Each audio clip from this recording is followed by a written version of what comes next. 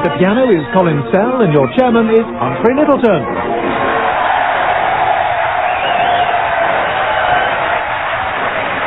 Hello and welcome to I'm Sorry I Haven't a Clue. You join us once again in Glasgow, a city that boasts many cultural and academic achievements.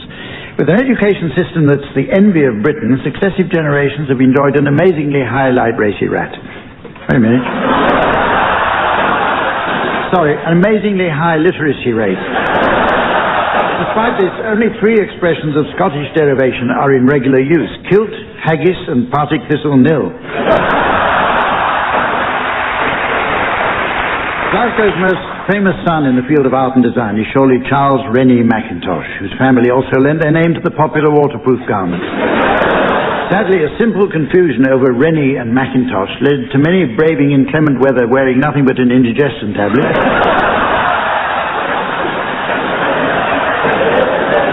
Although they were in better shape than those who stayed in trying to ease their distress.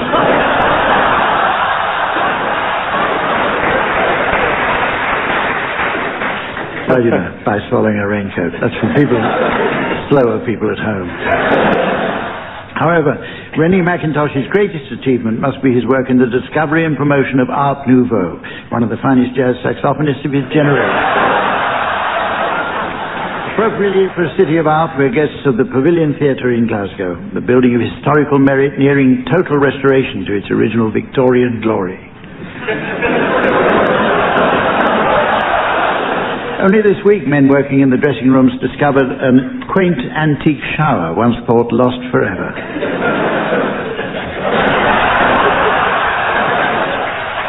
Let's meet them. They are... On my left, Barry Cryer and Graham Garden. On my right, Fred Macaulay and Tim Brooke-Taylor. And happy to lend a helping hand when the team's points are swelling is our delightful scorer, the ever-lovely Samantha.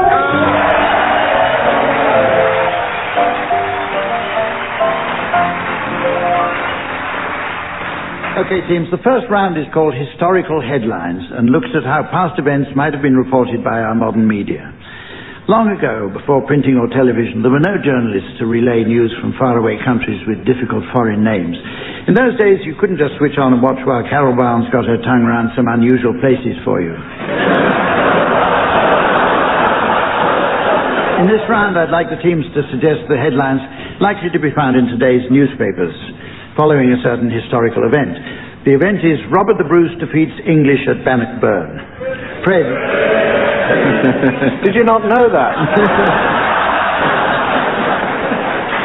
Okay, Fred, will you start, please? I think, the Scottish Daily Record would have had that's that lot sorted out then. Tim? Son, Hoddle must go.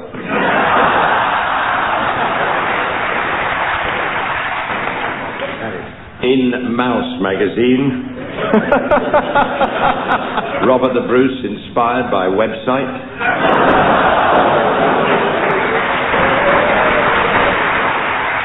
That would have been in Mac User.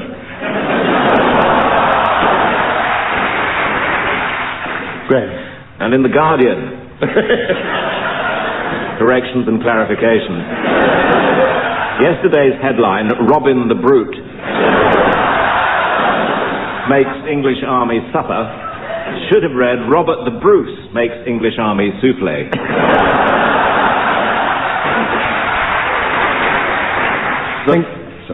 Sorry, no, I'm in your country. Yes, we've noticed. But not for long. The Scotsman would have had that's that lot sorted out then. The family circle. It's true, the English do suffer from premature ejaculation.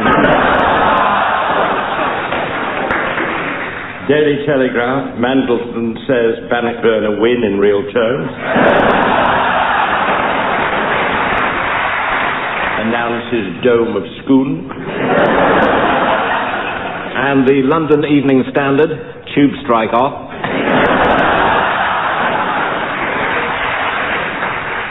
Let's try another. This time it's Adam and Eve expelled from the Garden of Eden. Graham, will you start, please?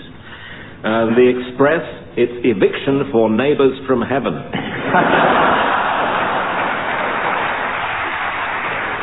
Bookbinders Weekly. Adam invents loose leaf system. The Globe. There's only 2 of us. Who's printing newspapers?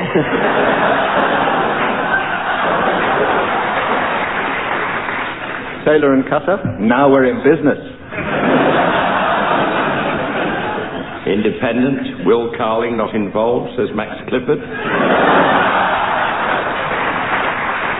Right, it's now time to hear the teams sing along to some favourite discs in a round called Pick Up Song. Samantha has been busying herself down in the gramophone archive this morning, pulling out a 7-incher for each of the teams and checking closely for damage. She was disappointed to see 1 or 2 were worn almost flat through overuse. Fortunately, she has a couple of fine 45s in reserve for just such an emergency, and we'll be getting them out soon to put things right. Now, each of the teams will sing along to his allocated disc. As the tune fades away, the team should continue to sing until it reappears, the object being to stay in time with the music. If you're within a Dung Beatles demi-brief of the original, I'll be awarding points, and points mean prizes. What do points mean? Well, whatever else, it's nice to see that your short-term memory is... This week's prize is just the thing for the aspiring athlete to keep an unruly carpet in check. It's this set of anabolic stair rods.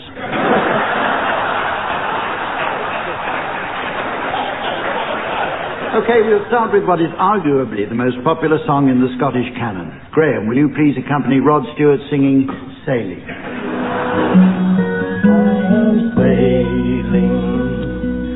I am sailing home again, across the sea. I am sailing stormy waters to be near you, to be free. I am flying like a bird across the sky. Do you want this pastel? Flying, passing high clouds, which is difficult, to be with you, to be free. Can you hear me? Can you hear me?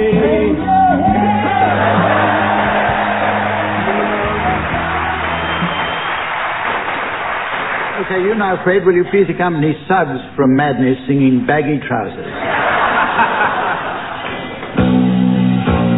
Naughty boys in nasty schools, the masters breaking all the rules, having fun and playing pool, smashing up the woodwork tools. All the teachers in the pub, passing round the ready rub, trying not to think of when the lunchtime bell will ring again. Does I sound decent enough? Oh, what fun we had, but did it really turn out bad? All I learned at school was how to bend, not break the rule. Oh, what fun we had, but at the time it seemed so bad, trying different ways to make a difference to headmasters had enough today. All the kids have gone away, gone to fight the next door school. Every term that is the rule, sits along and bends his cane. Same old backsides once again. All the fellows tell the tales, walking home in Scotchy Hill. Over fun, over fun.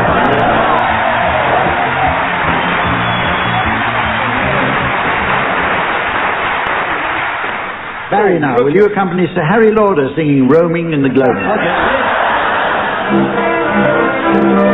Best of luck, Larry. I've seen lots of bonny lasses on my travels wide, but my heart is centred new on bonny Cape McBride. Although I'm no fella that may throw a word away, I'm surprised at times myself at all I've got to say.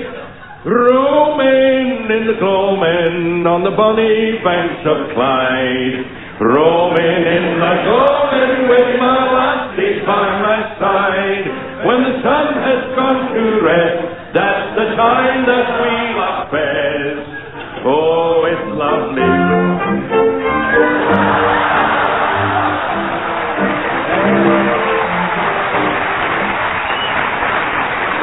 More like Estee Lauder, that.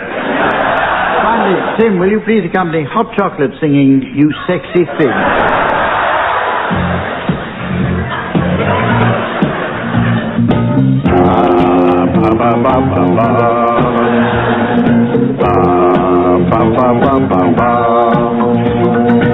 I believe in miracles.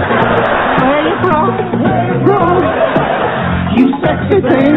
Sexy thing, you. I believe in miracles. Since came along, you sexy thing.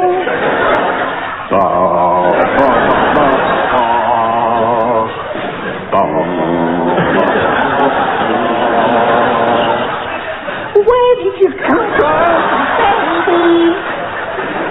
How did you know I needed you? How did you know I needed you? I give my heart gladly. Yesterday, I was one of the lonely people. Now you're lying close to me.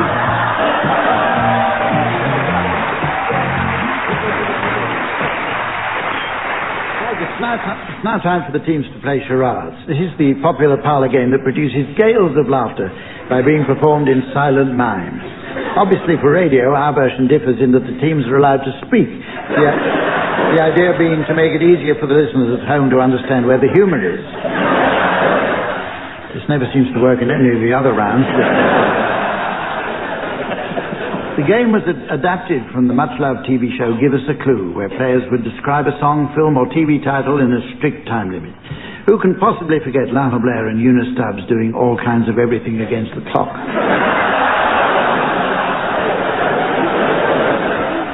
Okay, Barry and Graham, you're to start, and your title will now be broadcast on the laser display board. And here's the mystery voice for listeners at home.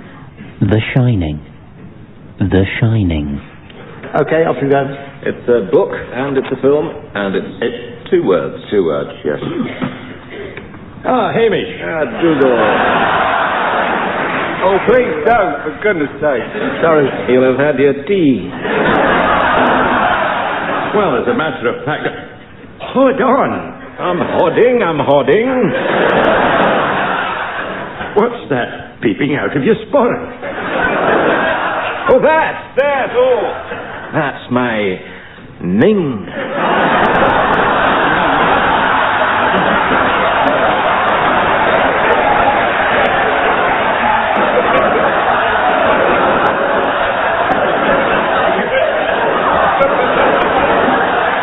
You tell your grandchildren about a thing like this.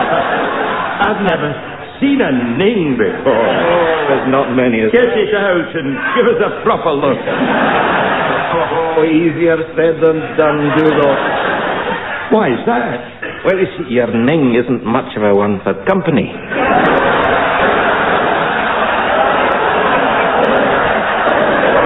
You mean he's not comfortable with strangers? Oh, no, he isn't, no. And that's why he's called Doc.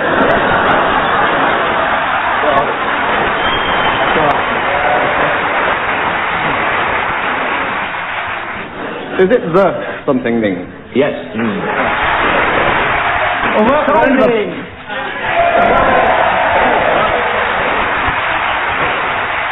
Okay, your turn, Tim and Fred. Your title's now being exhibited on the laser display board. And here again is... Here's the mystery voice. Listen to this one. Bring me the head of Alfredo Garcia. Bring me the head of Alfredo Garcia. Okay, go ahead. What is it? It's a film, and there are 7 words. Oh. And Fred is about to begin it. I'd like to make a complaint. Certainly, sir. Can I help you? No. I'd like to speak to somebody at the top. Certainly, sir. I'll just go to our MD, Mr. Stavaker. Mr. Stavaker, the gentleman wants to make a complaint. Thank you very much for seeing me. Not at all. We pride ourselves on customer relations here at Alfredo Garcia.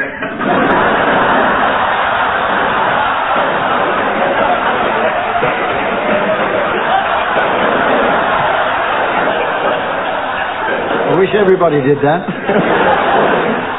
Finished. Is it?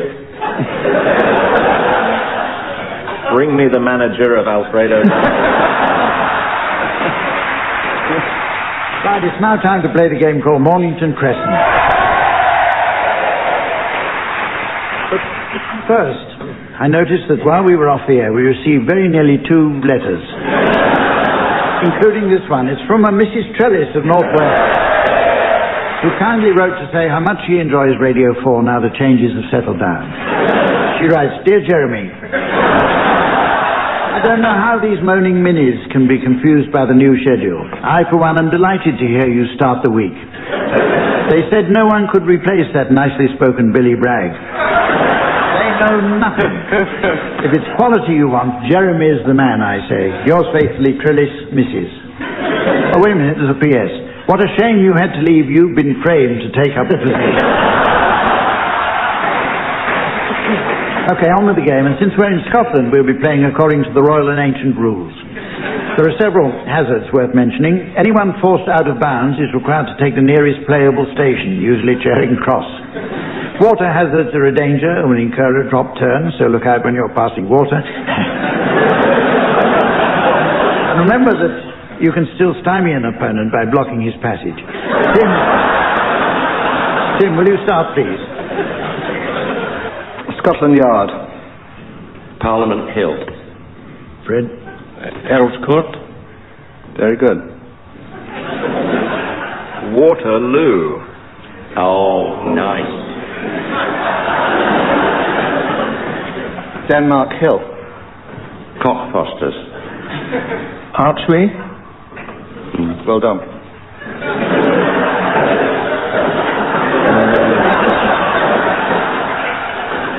Fred's better than he knows. Very good, because it didn't go out of bounds, yeah. Well, it's forced us back to Waterloo. I know. Back to Waterloo. Water again. That's out of bounds, though, isn't it? No, not now. It is once it's stymied. Yeah, it's a stymie. Yeah, so it goes back to ground, does it? When I say angel, angel. Yeah. Back to me. Back to you. Yes, yeah.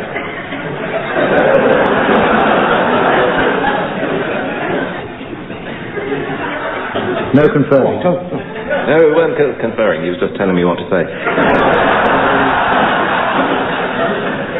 Tooting Beck. Farm Avenue. Gants Hill. Oh. Is it? Yeah. Yeah, because... yeah, it's okay. Yeah. One more. Yeah, He hasn't spotted it. Morningside Crescent.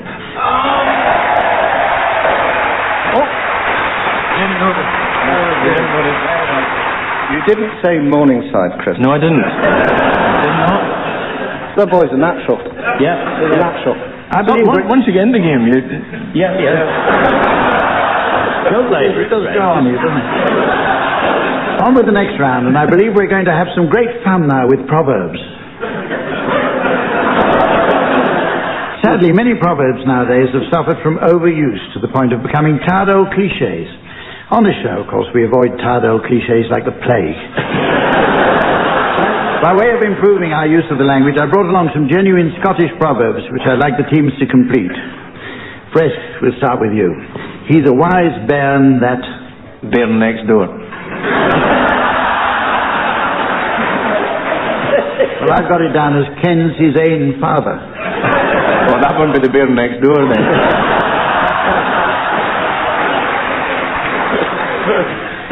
Tim, gie a beggar a bed and he'll... Gie a beggar a bed and he'll beggar your wife.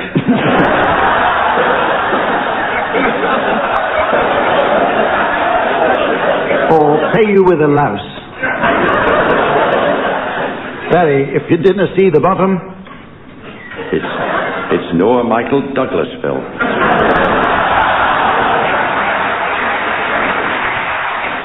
The real answer is Dinner Wade. Dinner Wade? Is that Virginia's brother? Graham, here's a Scottish one. A fool and his money. I'll welcome in Aberdeen.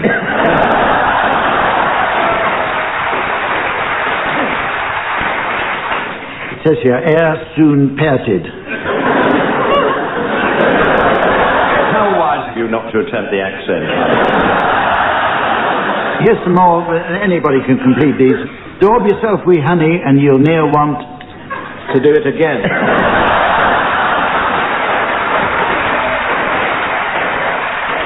What is the real one? Flies. You ne'er want... Who wants flies? Anyway.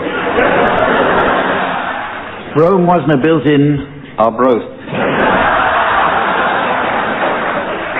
You'll never guess the real answer. God. A day. Oh, this is ridiculous. They don't miss much up here, do they? A hairy man's a geary man, but a hairy wife's... A bonus.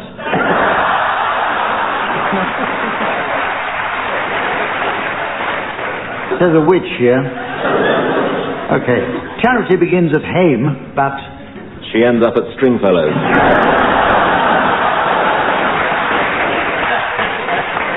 Okay, forget the real answer then. Finally, fresh fish and unwelcome visitors. That's Aberdeen's slogan.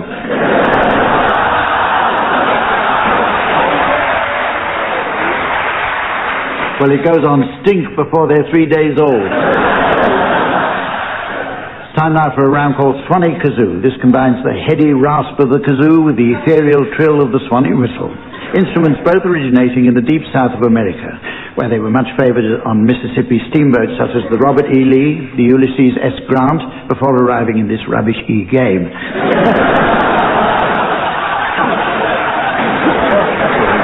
Piano accompaniment will be provided by none other than Colin Sell. Colin is someone who, despite everything, really has left his mark on the piano.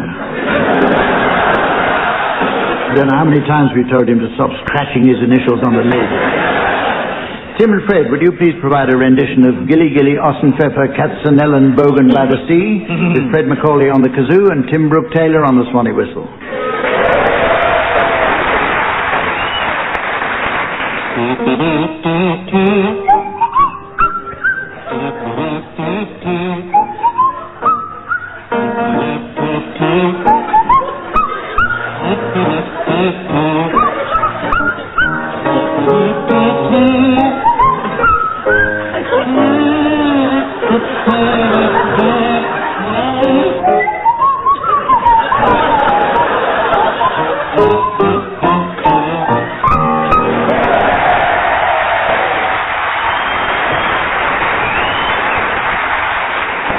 Barry and Graham now, would you please play The Happy Wanderer for us? And I'd like your version to feature Barry Cryer on the kazoo and Graham Garden on the Swanee whistle.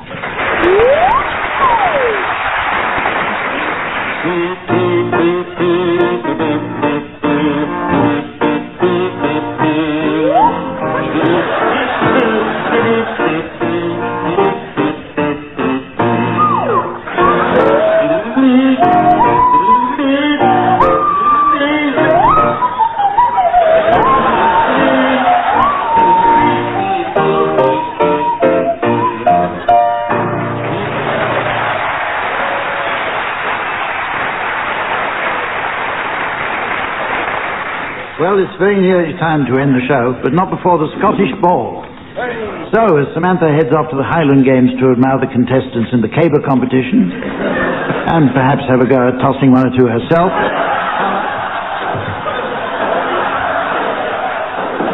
I'll ask the teams to announce their late arrivals of the Scottish Ball.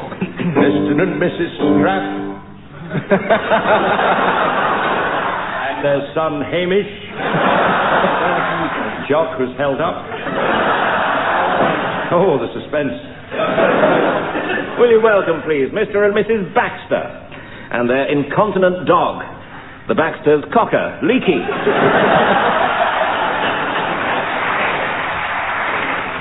Here's someone I recognise. It's my friend Doris, and she's always with somebody from the medical profession. Usually a large... Oh, no, it's a small one. It's just a wee Doc and Doris.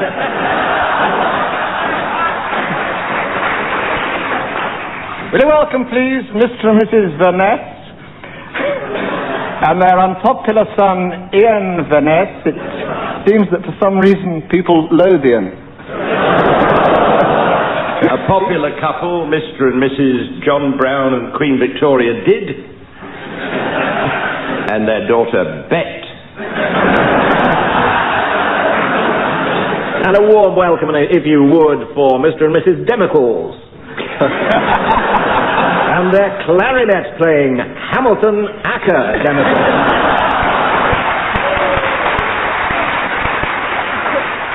You're welcome, please. Do that and your deed. And their daughter, Donna, do that. And a big Highland hello for Mr. and Mrs. Midlothian and their son, Arthur Midlothian. Hello, Arthur. Mother well?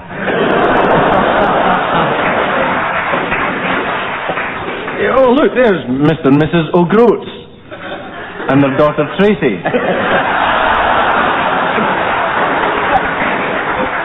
And I thought they'd never get here. Mr. and Mrs. Bennett, how much longer is this women's curling going on for? And their son, Gordon Bennett, how much longer is this women's curling going on for? So, ladies and gentlemen... here's Ivor Scone eating a scone from Scone. Delighted to see the Housemuirs and their son Stan. And there's the Side Academies and their son Kelvin.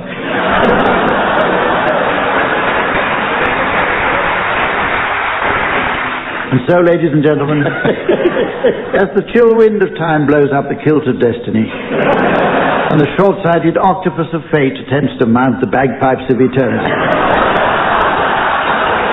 I notice it's the end of the show. So from Samantha, the teams, myself, and the bonny folk of Glasgow, it's goodbye.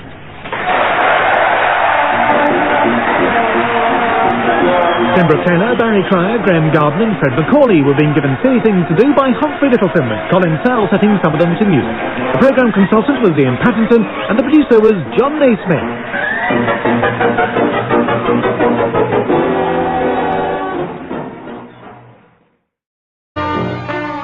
At the piano is Colin Sell and your chairman is Humphrey Littlefin.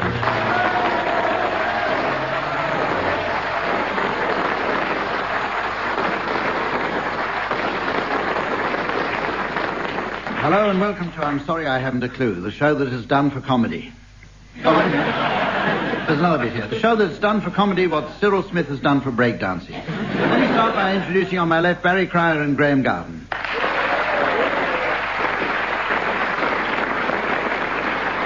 And on your left, Pembroke Taylor and Willie Rushton.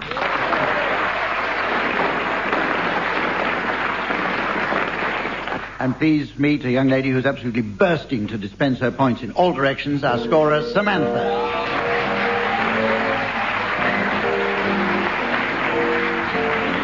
Our first game is called Wuthering Hillocks. It takes as its premise the poverty of the publishing industry. All new books have to be cheaper versions of old ones. Barry, will you get us going? Well, there's a book of the film, Tadpole Dundee. The Chihuahua of the Baskervilles. Gibbon's Decline and Fall of the Hackney Empire.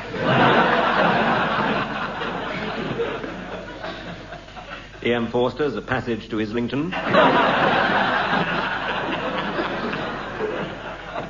They've done the whole Ian Fleming, James Bond lot. They've got Casino Royale has now become bingo with Princess Michael.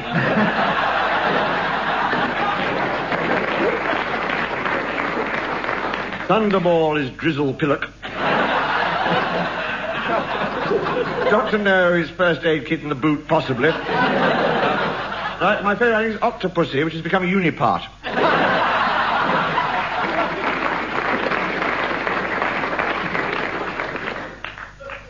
I'm not following that.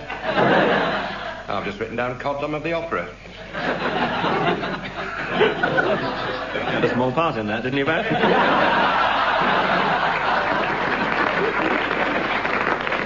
When I started, yes. Carry on. Moby Doris. Very nice to Barry. No, seem to follow on there. Speaking of opera, they're doing Belshazzar's Sandwich.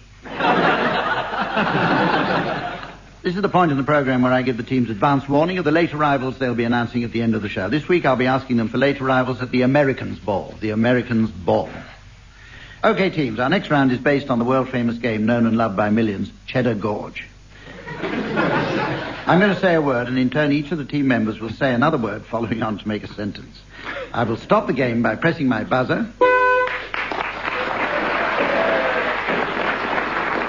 when the whole thing reaches a hilarious climax or gets too dull for words. Let me start off the game. I'll start the game off and then, Barry, you'll continue. Here we go. Only. My trousers are in the cupboard. This is My cupboard.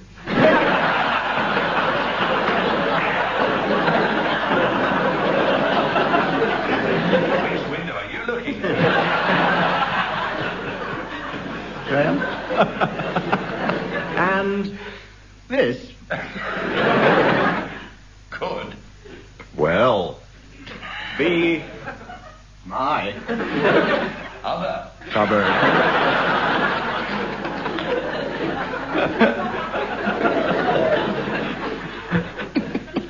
what is it Doing?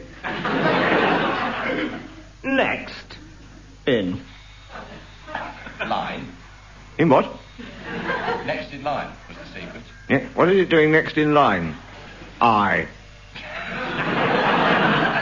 ask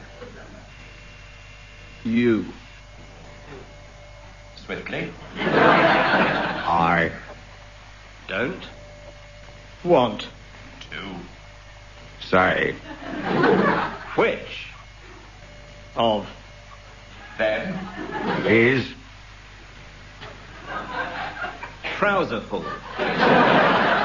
However, you No. very well. that My. Trousers are inflammable. So. be very Careful. Otherwise. they explode. You're Joking.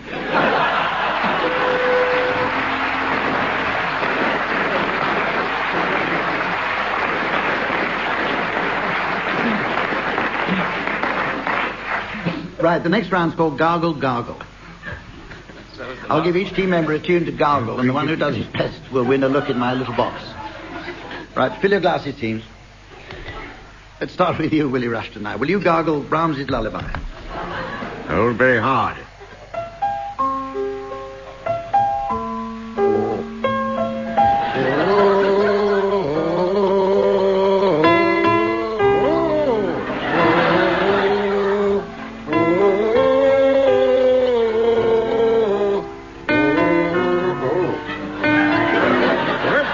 I swallowed Brahms's Lullaby.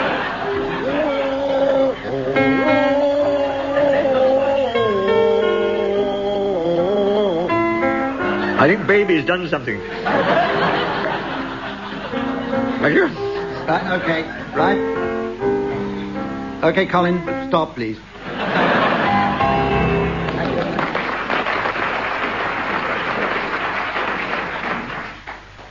Graham, you're going to gargle, wouldn't it be lovely? Are you sure?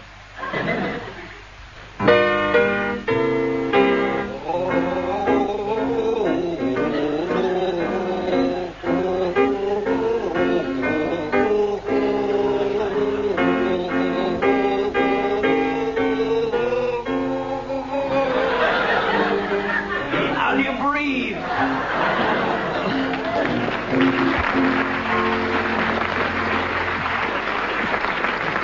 Graham's now in the lead by about 3 seconds. Shortly, I think, to be overtaken by Tim, who's going to gargle to the tune of Narcissus.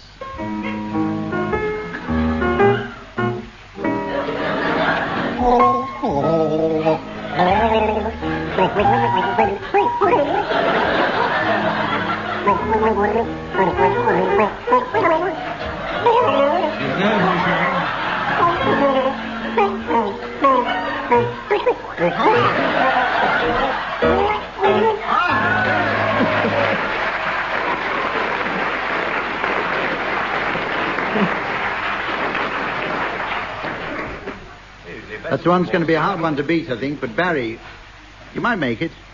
Will you gargle the Flight of the Bumblebee?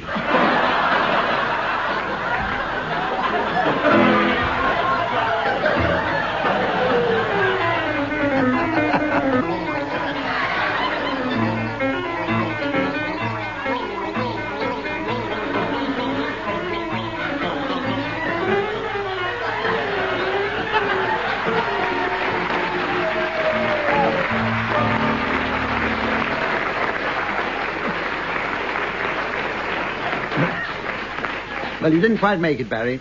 So, Tim's the winner of this. Tim, come and look at my little box. Come and look at my little box, Tim. Surprise.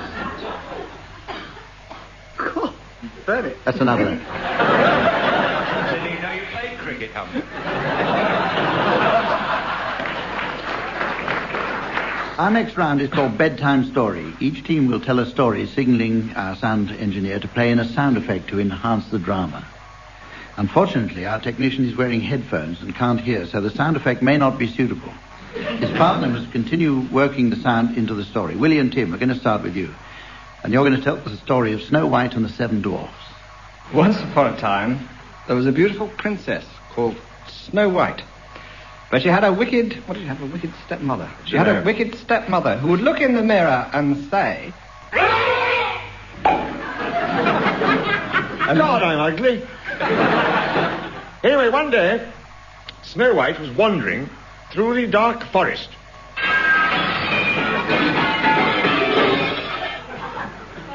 Well, in fact, it was a mirror, and she walked straight into the mirror because the forest was behind her. She turned round, bruised, blood pouring forth from her, and she went out into the forest because the mirror had told her of this Snow White. Meanwhile, in this cottage... Oh, excuse me. This is the palace scene, and now we're in the forest. Oh, right. Meanwhile, in the forest... I thought you were on my side. In the forest, there was Snow White and 7 little men, and they were all going... as they were wont to do. Oh, it's your turn. Why does Grumpy always flush first? Said number 6. He could wait for Dopey, Doc, Happy, Sleepy, Sneezy, and Horny. I ain't bashful. There were 8 little dwarves, but... That's why he flushed. Snow White ate one.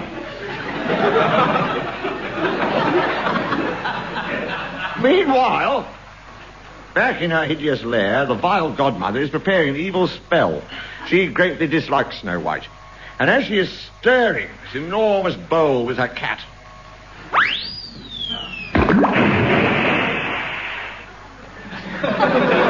The story was a perfect sound effect. Wasn't it good? Enormous bowl of potion. She was going to slip into an apple for Snow White.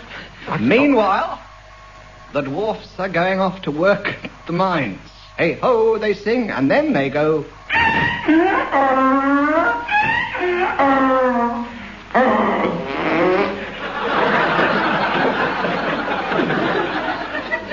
It was a lot better than the stuff Walt Disney wrote for him.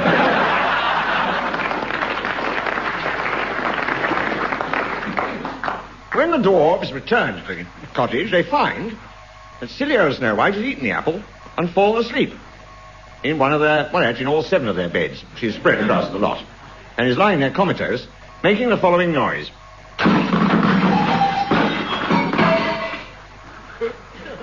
Alarmed, they ran away. Meanwhile, 100 years later, plus 2 or 3 months, Snow White is under this glass dome. Along comes a prince. He looks and he lifts the dome up. He kisses Snow White on the lips. And then this happens. He had kissed a dwarf. But they lived happily ever after.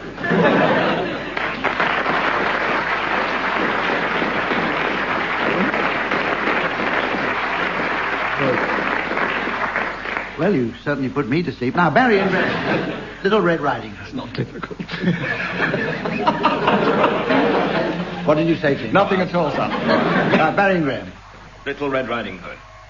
Right, a quick version this time. The end. One day, Little Red Riding Hood set off through the woods with a basket of goodies which she was taking to her granny. Suddenly, as she rounded a corner in the path, through the trees, she saw something which made her stop in her tracks. Winnie, she cried. My old chum accompanied me through the forest. I am afeard. I'm taking a basket of goodies, and I've got a hernia because Bill Ollie, Red Garden, and Tim will tear away a hell of a lot. My grandmother. This is a dark, frightening forest because because behind every tree there's liable to be a man with a squeaker.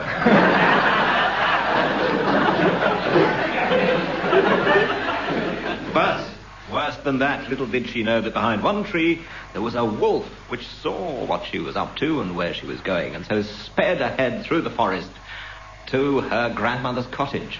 The wolf crept in through the window, saw her old grandmother lying on the bed, and immediately... What are you doing here, Orville? He cried. So, throwing the egregious duck under the bed, he immediately ate Grandma, with dire consequences, because suddenly he felt coming on a severe...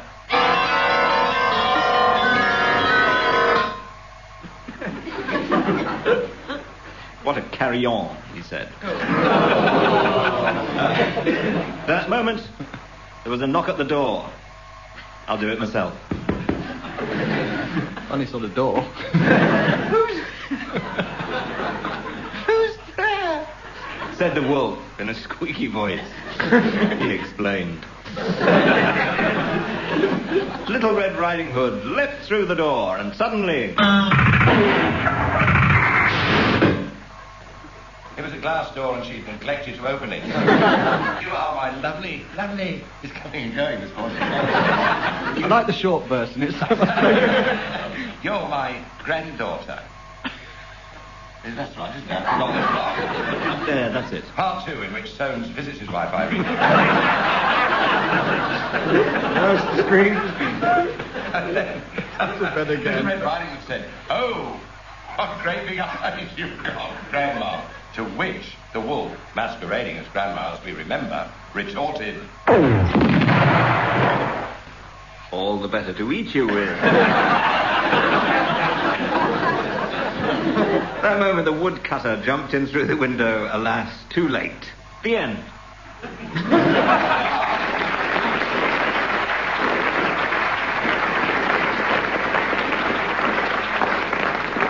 The next round is called Good News, Bad News. The teams will alternate good and bad news until the whole thing reaches a sweating frenzy when I shall press my buzzer. Like that. Tim, will you start with some good news now? Good news.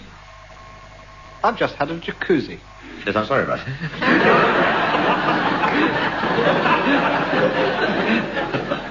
Bad news, it wasn't a jacuzzi when I got into it.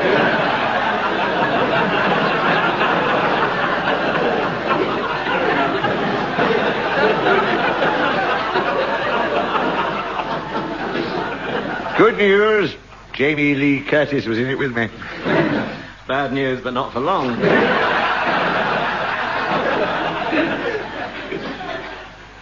Oh, good news she is, isn't she? Good news, I've bought a new bidet. Bad news, it keeps falling off the ceiling. Good news, at least I don't have to stand on my hands anymore.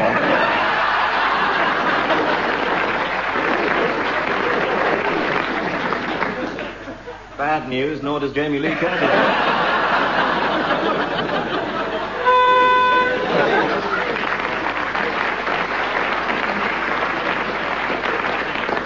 And we come to a game called Closed Quotes. I shall give each team member the first half of a quotation and ask him to complete it, and marks will be deducted for correct answers. One small step for man. One small step for man, a taxi ride for Ronnie Corbett.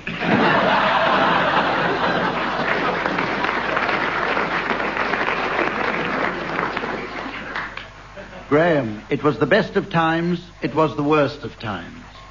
It was the best of times, it was the worst of times. But they called it the Independent.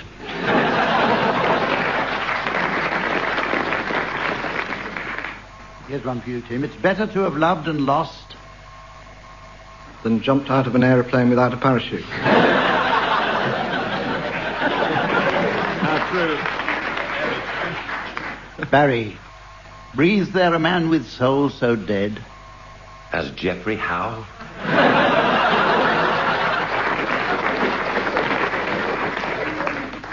Willie, here's another one for you. I'm going out now. I may be gone some time.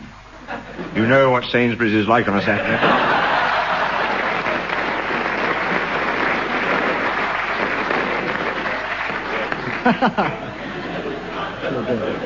OK, Graham, how about this? Fools rush in. The minute McDonald's open.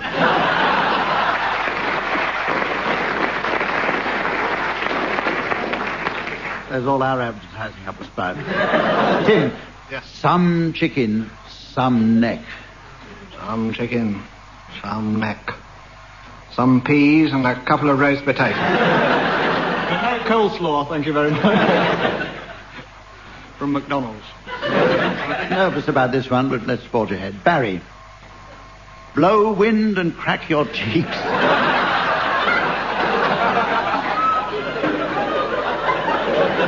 For God's sake, put the cat out.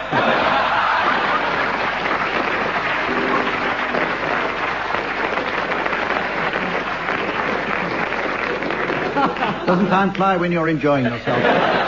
The next round's called Singing Relay. Colin will play a tune. There's a first time for everything. This is the experience. And each of the teams must attempt to sing alternate words. And the best time wins. So does the best team. Willie and Tim, you're first. Your song is Puppet on a String. God, Willie's taking his shoes off. I wonder if one day that you'll say that you'll care. If you say you love me, love me, I'll gladly be there like a puppet on a string. Where's he gone now? Love is just like a merry-go-round with all the fun of the fair. One day I'm feeling down the ground, then I'm up in the air. Are you leading me on? Tomorrow will you be gone?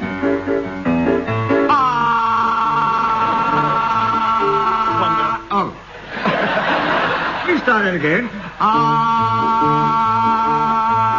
wonder if one day you'll care. If you say you love me, that would be there like a puppet on a string. Like a puppet on a string.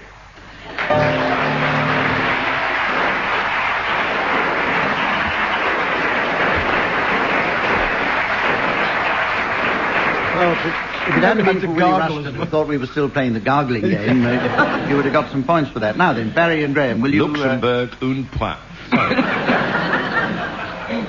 Barry and Graham, will you sing Leaning on a Lamppost? Oh, we're singing. Oh, I see. I'm leaning on a lamppost at the corner of the street in case a certain little lady comes by. Faster. Oh, me. Oh, my. I hope the little lady comes by. I don't know if she'll get away. Always get away. But anyway, I know that she'll try. Oh, me. Oh, my. I hope the little lady comes by. There's a girl I could wait for. But this one I break any days for. I won't have to ask what she's late for. She'd never leave me. Oh, I withdraw me. Flat. She's not a girl like that. She's absolutely wonderful and marvelous and beautiful, and anyone can understand why I'm leaning on a lamppost at the corner of the street in case a certain little lady comes by.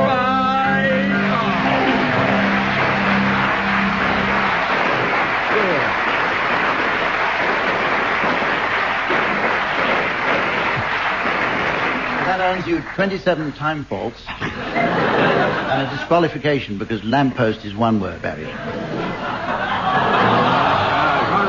Right. Come up to the last round now. And Samantha and myself are going to disappear for about 3 minutes while the teams announce the late arrivals of the Frenchmens Ball. Well, a large party. Just come in now.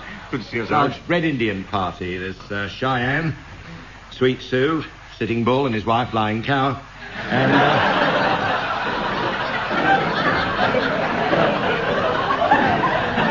no wonder he's in a state. He's got poor knees and a patchy complexion. They all came in a bus, you know, and there's a clear sign outside, no coaches. Ava Gardner and Ava Nice Day, said in Australia. Civil rights and our Irish cousin, Bill of Rights. Will you welcome from Chinatown that Oriental American artist, Yang Ki Doodle. And his pony. Good heavens. The Spurger dresses and her daughter Betty. Oh. I thought she came with me. Never mind. Mr. and Mrs. On my mind, and their American Sloaney yuppie son, George Yar, on my mind. There's Mr. and Mrs. Ho and their daughter Ida.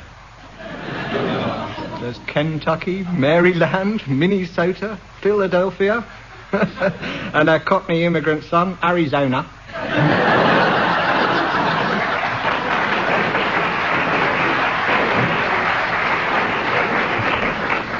Oh, yes. Mr. and Mrs. Van Eaton and her daughter Bertha.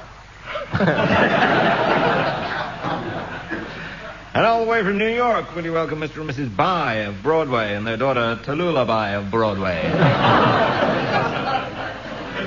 Ma's speech. That's Frida, Ma's speech. Another unlikely duo. Liberty and Ute of Happiness. That's Leaf, Liberty and Percy Ute of Happiness. Followed by a rather effeminate Father Christmas. That's Santa Fe. All the way from Mexico, Jose. I'm over here. Jose, can't you see? It's Dawn Snowy-Slight. Oh, it's cabaret time. Oh, is it? And the band leader, that wonderful late, great Artie Shaw. He's been around a bit, known to us all as Sin Artie. In the band, a Big Mac and Ruth Beer. Walter Gate and Irene Gate. There'll be a few questions asked. Oh, who's left these false teeth all over the table? One's what a Massachusetts.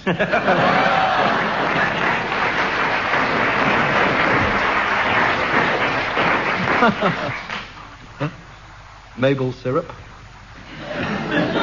Oh, there's that witch Etor. Who crossed the Delaware with George Washington and got a ferry at the bottom of a garden. Well, we're approaching the end of the programme. Scores stand at the moment: Tim and Willie 13, Graham and Barry 14.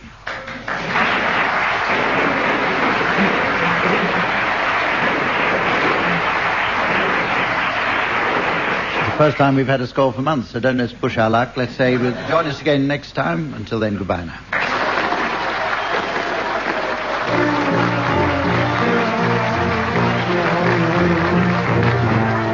Tim Brooke Taylor, Barry Cryer, Graham Garden and Willie Rushton were being given silly things to do by Humphrey Littleton, with Colin Sells setting some of them to music. The programme was produced by Paul Spencer.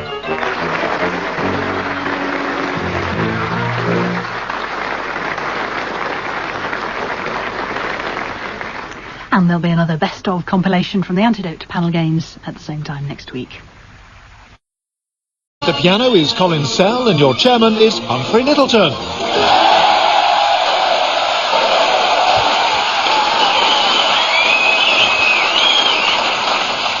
Hello and welcome to I'm Sorry I Haven't a Clue, the show that never fails to pull something surprising out of the bog. You join us today in the fine city of Leeds, which still has many reminders of the part it played in the Industrial Revolution. Starting at nearby Middleton is the oldest railway in England, with its original line and stock virtually unchanged since 1758. It was recently privatised and renamed the Midland Main Line to Euston Service. The city has connections with many famous people. Well-loved celebrities include Alan Bennett and Barry Cryer. Wait a minute, there's a bit here I didn't read. Well-loved local celebrities include Alan Bennett and Barry Cryer, who used to know his milkman.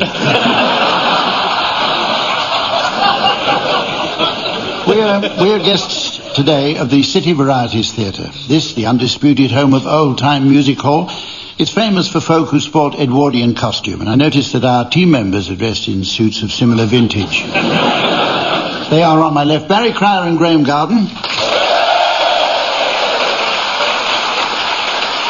And on my right, Paul Merton and Tim Brooke-Taylor. And eager to lend a hand when the team's points are on the up. Please welcome our resident scorer, the delightful Samantha.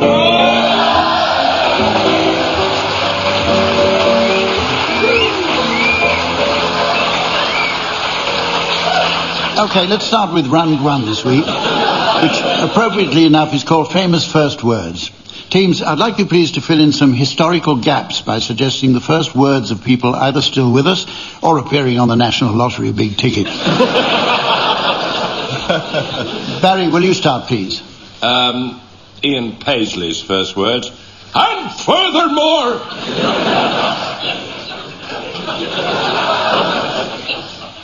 As if he'd been saying something earlier. Paul.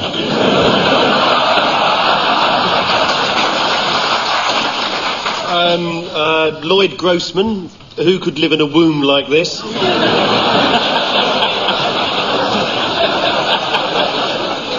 Graham. Tony Blair.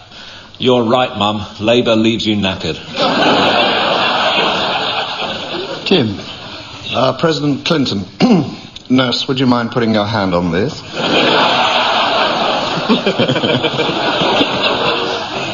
Lord Irving. That wallpaper's got to go.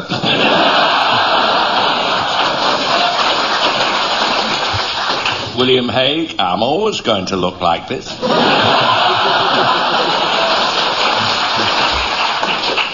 Colonel Tom Thumb. Over here.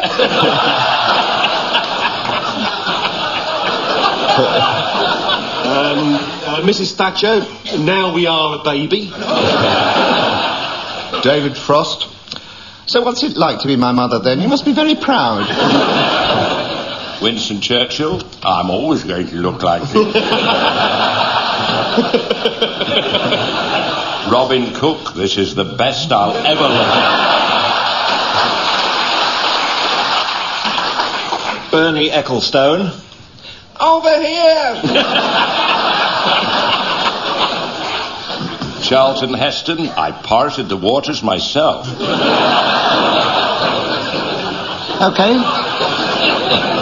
Right, it's time now for an old favourite called One Song to the Tune of Another.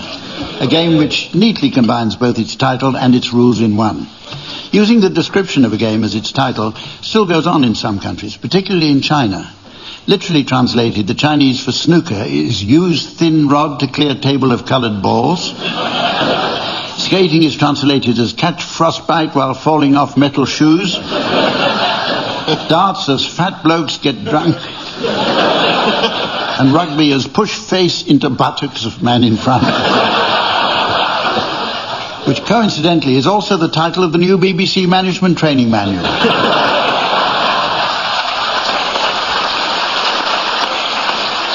Okay, teams, I shall now introduce a series of implausible musical combinations, starting with the first, and most implausible, Colin Sell and a piano.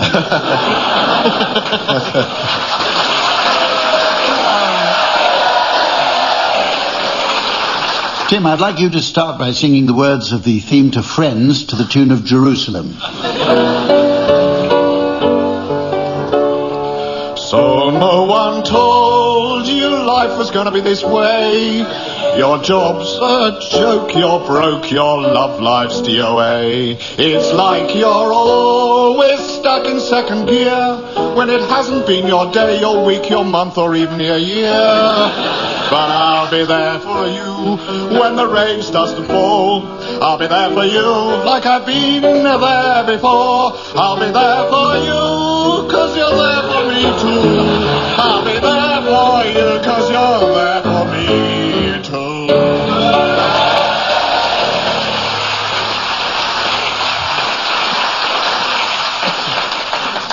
Graham, now, will you please sing the words of Sorry Seems to Be the Hardest Word to the tune of Get Me to the Church on Time?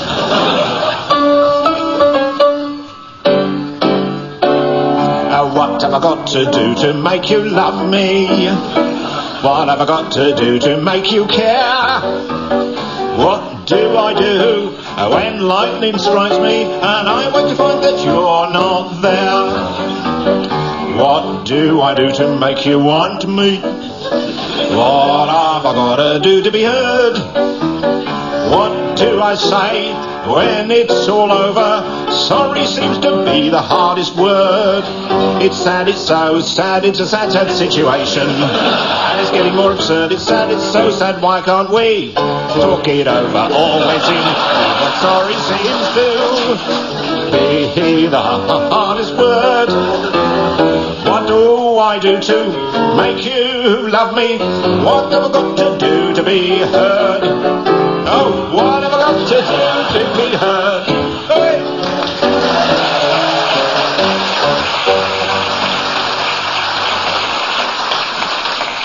Paul, now, will you please sing the words of Meet the Gang from It Ain't Half Hot None to the tune of Scarborough Fair?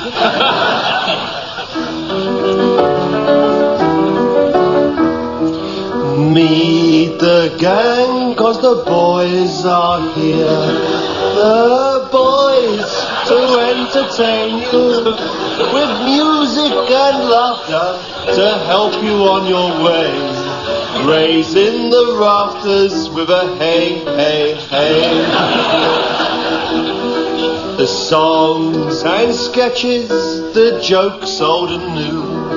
With us about, is that note again? You won't feel blue.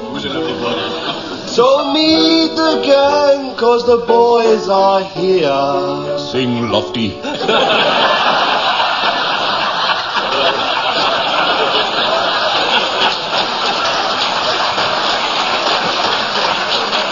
I'm over here. The boys to entertain you. Oh, come on.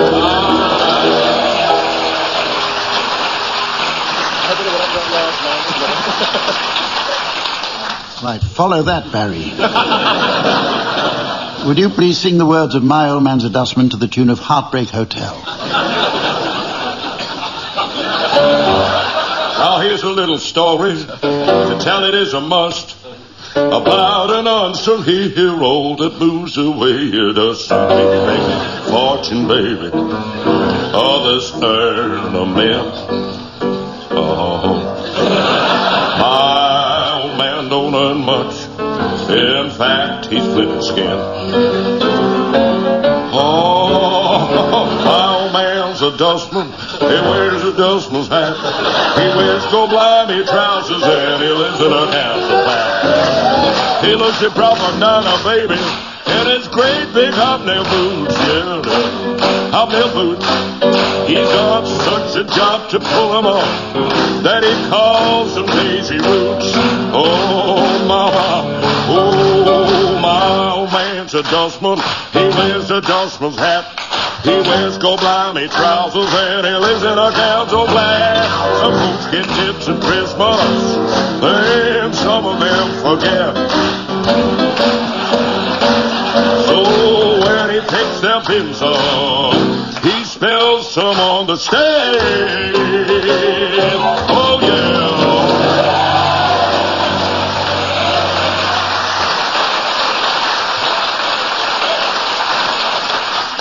Well, that got him going. I knew he wasn't dead. On with the next round now.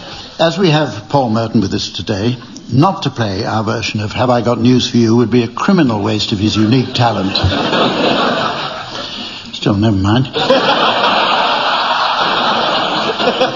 Instead, we have a great new idea to play a radio adaptation which we'll call the News Quiz. We start round one with a cutting which will be read by Samantha.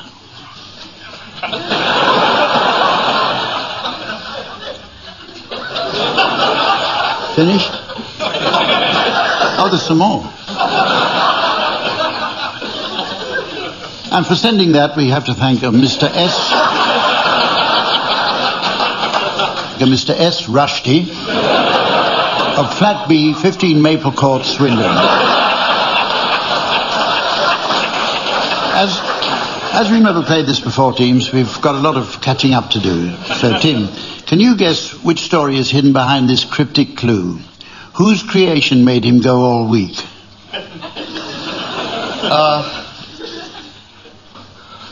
Paul's writing something. What is it?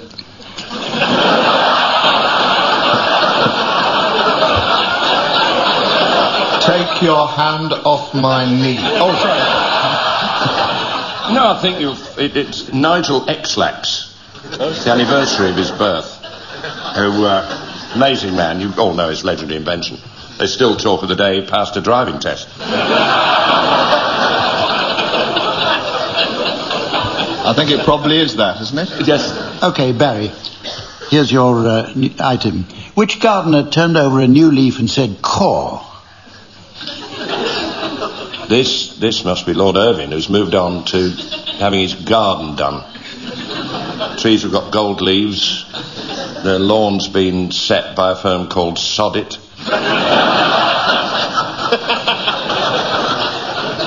And even the grass is imported. It's Colombian grade A. Paul. Paul, your clue is, who looked good in the rushes before going on to take his tablets? Oh, but this is Moses. It's Ed Moses, the athlete, isn't it? Well, no, actually, it's Ben Johnson, the rushes, that's him, his speed records, and before going on to take his tablets, well, I mean, that was the pharmaceutical intake, which allowed him to run 100 metres in 0.4 seconds. He jumped off a cliff. Old Lemming Johnson, we call him. That's it. Blind Lemming Johnson. Are these all biblical questions, these? Am I seeing a theme here, Hump? I'm beginning to suspect that they might be, yes. Right. Graham, here's your clue. Whose trouble and strife was taken with a pinch of salt? This is a rhyming slang question here. Trouble and strife, wife. Pinch of salt, Walt. As in Disney. And I think, in this case, a reference to that lovable little rodent, Robin Cook. His wife, Gaynor, obviously, is taken with him. In fact, the press keep asking, why does the new Mrs. Robin Cook never smile? Clues in the question, I think.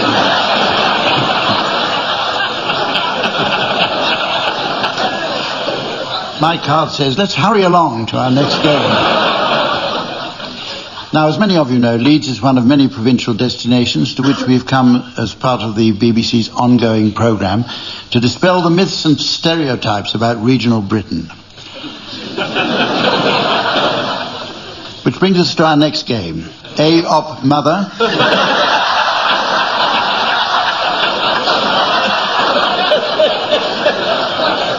If to whippets in Bath. Where's Co? Or to give it its English title, Job Seekers. In this round, one team assumes the role of interviewers, the other applicants for a certain job.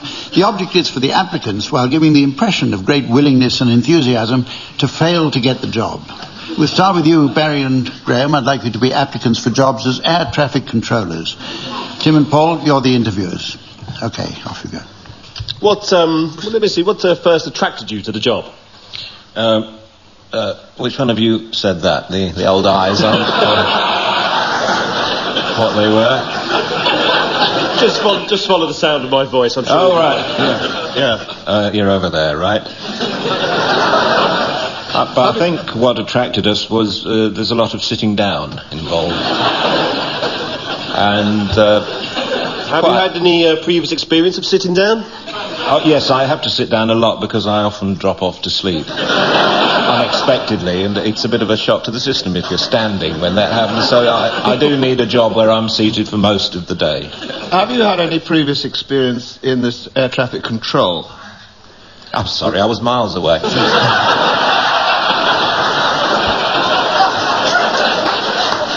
Do you mind if I pop out for a pee for a minute? It's just the old problem, you know. I can't be more than 2 minutes sitting in the same place. Oh, that's all right. We've got a bucket in the corner.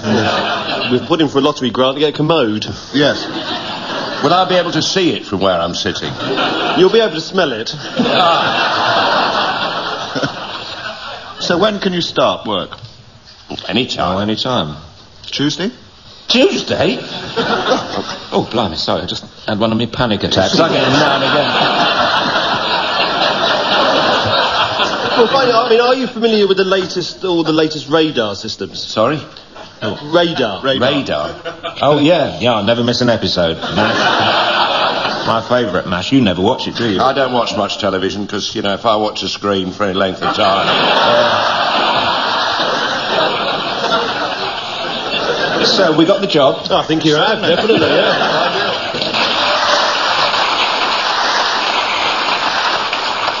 Right, let's try that the other way round. Tim and Paul, you can be applicants for jobs as vets. Barry and Graham, you're the interviewers this time. Oh, well, welcome to the surgery. Thank you very much. Yes, a vet. What had attracted you chaps to the job in the first place? Well, I like working with people.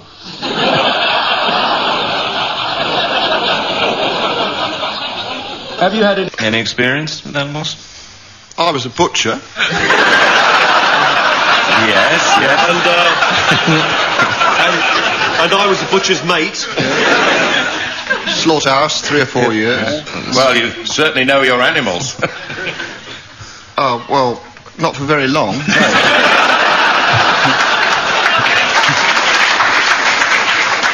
And you're happy to work with all types of animals, I take it, are you? Oh, yes, absolutely, yes. Domestic cats and dogs? Well, achoo! You said it! Oh, there's definitely a cat in here, isn't it? Yeah. Set you off again. Achoo!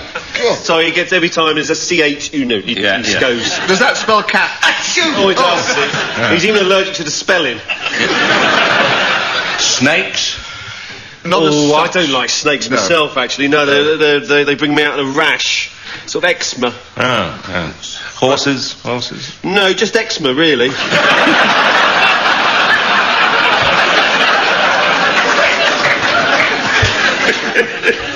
How about farm animals? Cows? What, those big things with horns? Yeah. You've got to be joking. Well, I'd be no good with cows. I've got very short arms. Yeah. Gerbils? Pardon? Wasn't he Hitler's propaganda minister? I like gerbils in their place.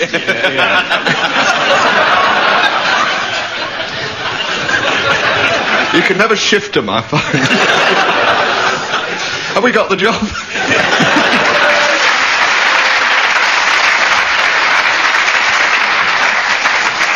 Right, it's time for the next round. Last week, teams, I received a letter from an elderly listener who complained of finding many of the rounds hard to follow and suggested that we played a good old-fashioned game like Scrabble. So impressed was I by the suggestion that I immediately decided in modern BBC parlance to be proactively and non-financially customer responsive, or as we used to put it, rip the idea off without paying for it. So, teams, let's try. You know the rules. Samantha has already given you your allocation of letters, and I've got a large dictionary in front of me should any dispute arise. Barry, we'll start with you. Can you make a word? I thought I'd got flatulence there for a minute, but...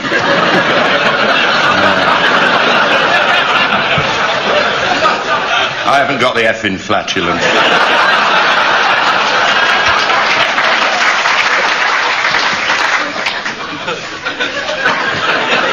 No.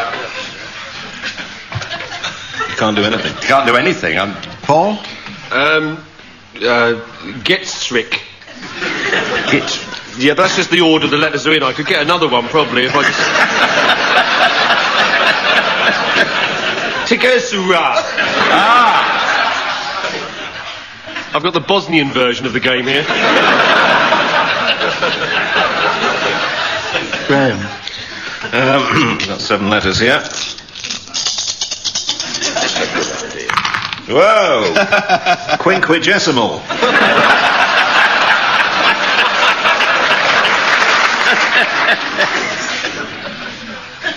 Tim?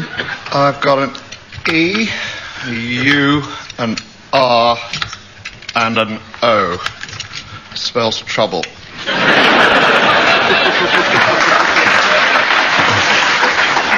Barry. I've got... Oh, wait a minute. W-E-T-H-I-R. Worst spell of weather I can remember.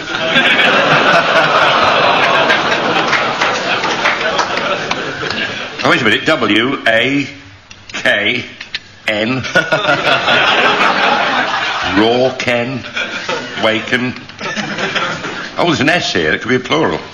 No, it won't happen. Won't happen. Haven't quite got it. Thank you. Just playing with myself here. I don't know.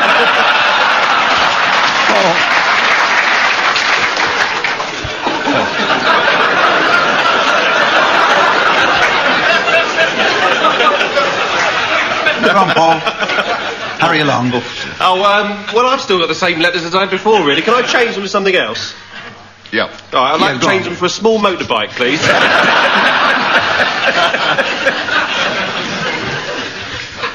I've got X, F, T, Z, Q, J, B. I know it's a proper word because I read it in The Guardian. I think it's my turn, though. Yes. Ooh. Get down. I can make Whiteley. Make him what? Oh, no, I can't. No. I haven't got the sense of timing.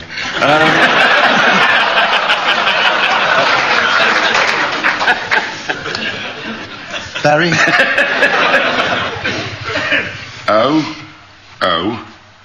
Umagulis.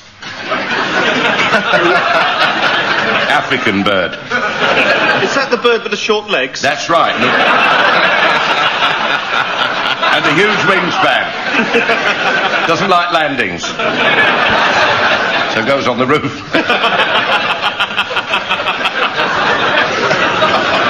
I think Barry's just gone out. Has he gone out? Yeah. Yes, I've gone out. Oh, well, thankful for small mercies.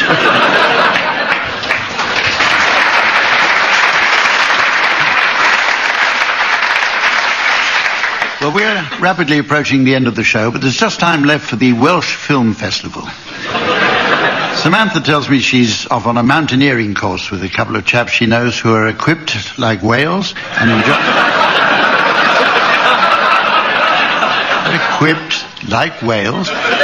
enjoy a rarebit.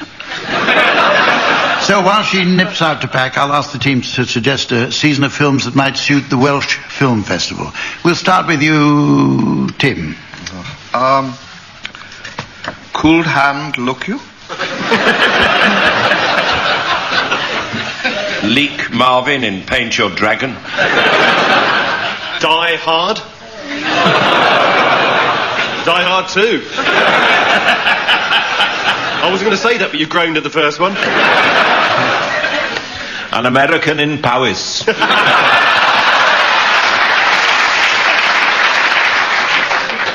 The one you've all been waiting for. Bring me the holly head of Alfredo Garcia. There's also Bridge Over the River Wye and The Magnificent Seven. The Llanfair Pwking with Gogerydd Cwndropeth Plantysilio go between. Oh, it's good to see the old classic, The Good, the Bad and Llanelli. Preppy Come Home. Or Breakfast at Taffy Knees. Mad Max Boyce. The Eagle Has Landed No. Look You Back in Bangor.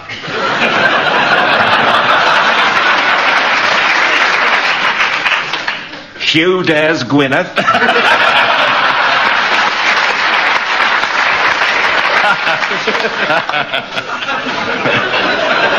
9.5 leaks.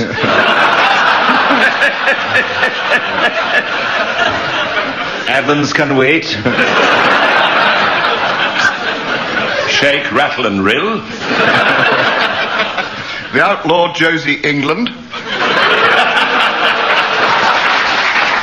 Eisteddfod zebra.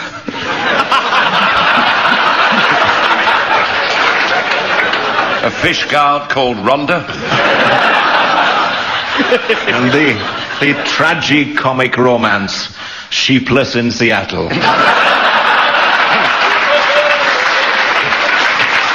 And its heartwarming sequel, When Harry Met Dolly. And the third in the sequence, The Sheep That Died of Shame.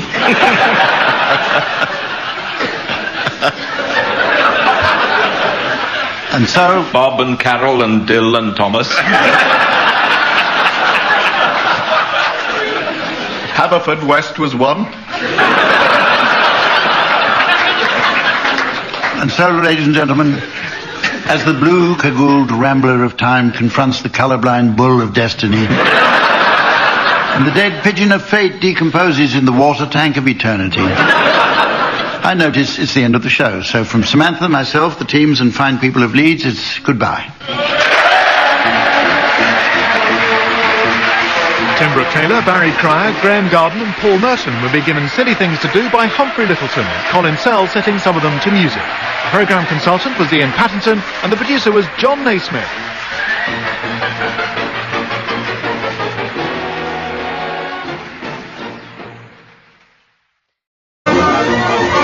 At the piano is Colin Sell and your chairman is Humphrey Littleton.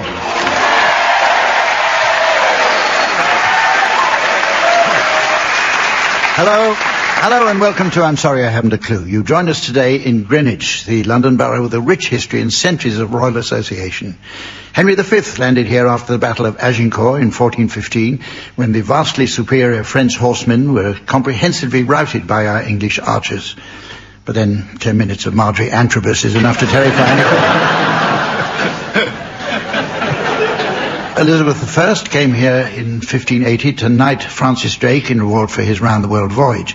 Townsfolk flocked to witness the sight of good Queen Bess taking up a large sword to perform his circumnavigation ceremony. As a result of a slight misunderstanding, the words, "Arise, Sir Francis," were entirely wasted on him. In the 17th century, architect Christopher Wren did much to set the style of Greenwich when his colonnaded neo-Renaissance Royal Naval College was commissioned. However, this was only after his original design of a huge upside-down Tupperware bowl held up by string attached to big sticks was rejected on the grounds the town wanted something visitors might bother to come and see.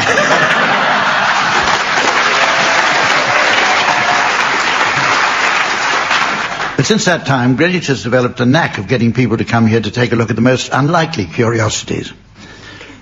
Let's meet the teams. On my left, Barry Cryer and Graham Garden. And on my right, Tim Brooke-Taylor and Andy Hamilton. And taking up her scoring position on the desk next to me, please welcome the delightful Samantha.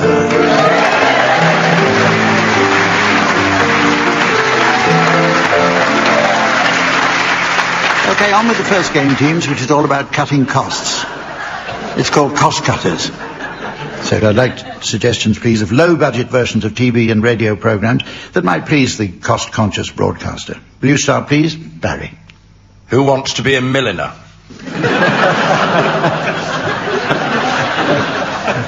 Walking with Dinah Shaw.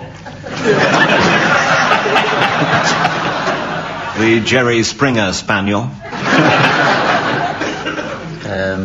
The antiques fell off the back of a lorry and into the road show. Roger. Jason and the Argos catalogue. Friday night is muesli night. There's a new latest sort of epic travelogue in which a BBC celebrity goes absolutely nowhere, completely boxed in by traffic, no progress at all. That's Michael Palin's Hemmed-In Way adventure. Living with the Enema. What about Ned Sherrin's Loose End? Or is that's more of a rumour than a programme, though, isn't it? Channel 5.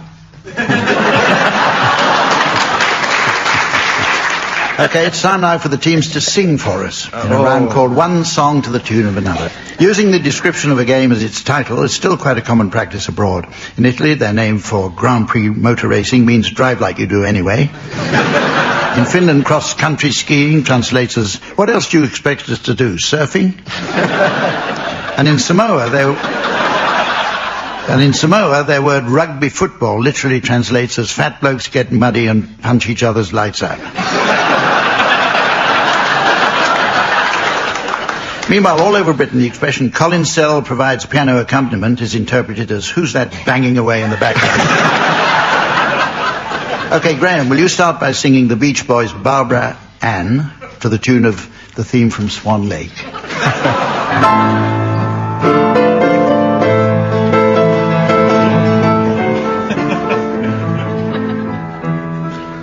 Ba ba ba ba ba ba Brian, ba ba ba ba ba ba Brian. Oh, Barbara Ann, take my hand, ba ba ba ba ba ba Brian. Ba ba ba ba ba ba ba Brian, ba ba ba Brian, ba ba ba Brian. You got me rocking and rolling, rocking and reeling, Barbara Ann.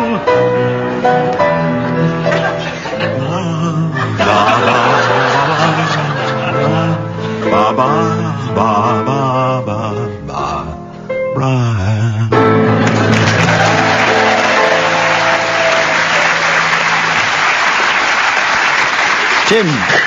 Tim, now, will you please sing the words of Staying Alive by the Bee Gees to the tune of the Toreador song from Carmen?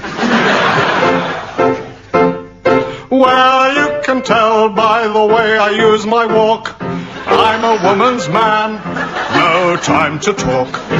Feel the city breaking and everybody shaking, and we're staying alive, staying alive. Ha ha ha ha ha ha, staying alive, staying alive.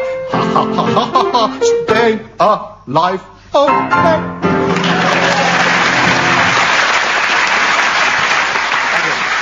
Okay, Andy, I'd like you to sing the words of Light My Fire by the Doors to the tune of the Red Flag. You know that it would be untrue. You know that I would be a liar if I was to say to you, girl, we couldn't get much higher. Come on, baby, light my fire. Come on, baby, light my fire. Try to set the night on fire. The time to hesitate is through.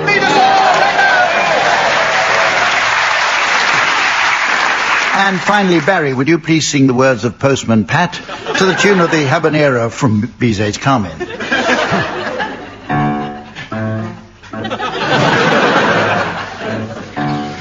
Postman Pat, Postman Pat, Postman Pat, and his black and white cat. Early in the morning, just as day is dawning, he picks up all the post bags in his van.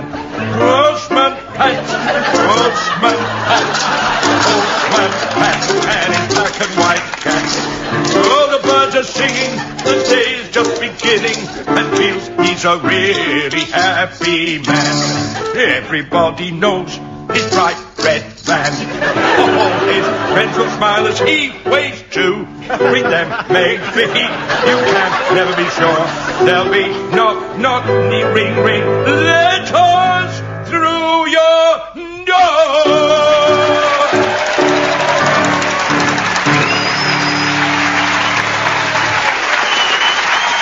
Yeah, that's as good as it gets.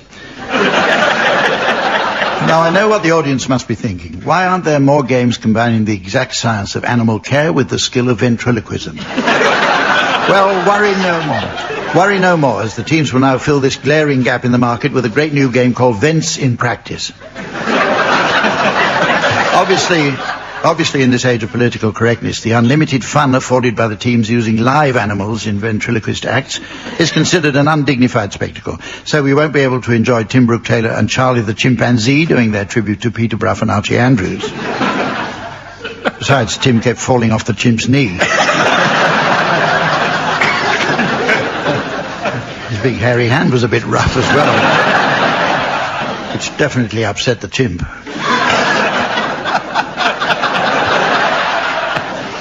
In this revised version, each player will perform a piece of popular dialogue by using his team partner as the dummy.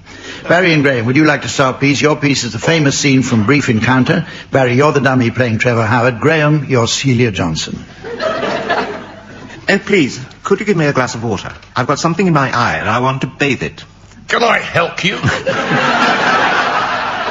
Oh, no, please. It's only something in my eye. Please let me look. I hecken to gie a doctor. That's very kind of you. Look at me when I'm talking to you. Turn round to the light, please. Now look up. Now look down, keep still. I see it. Oh. There. Oh, what a relief. It was agonizing listening to that.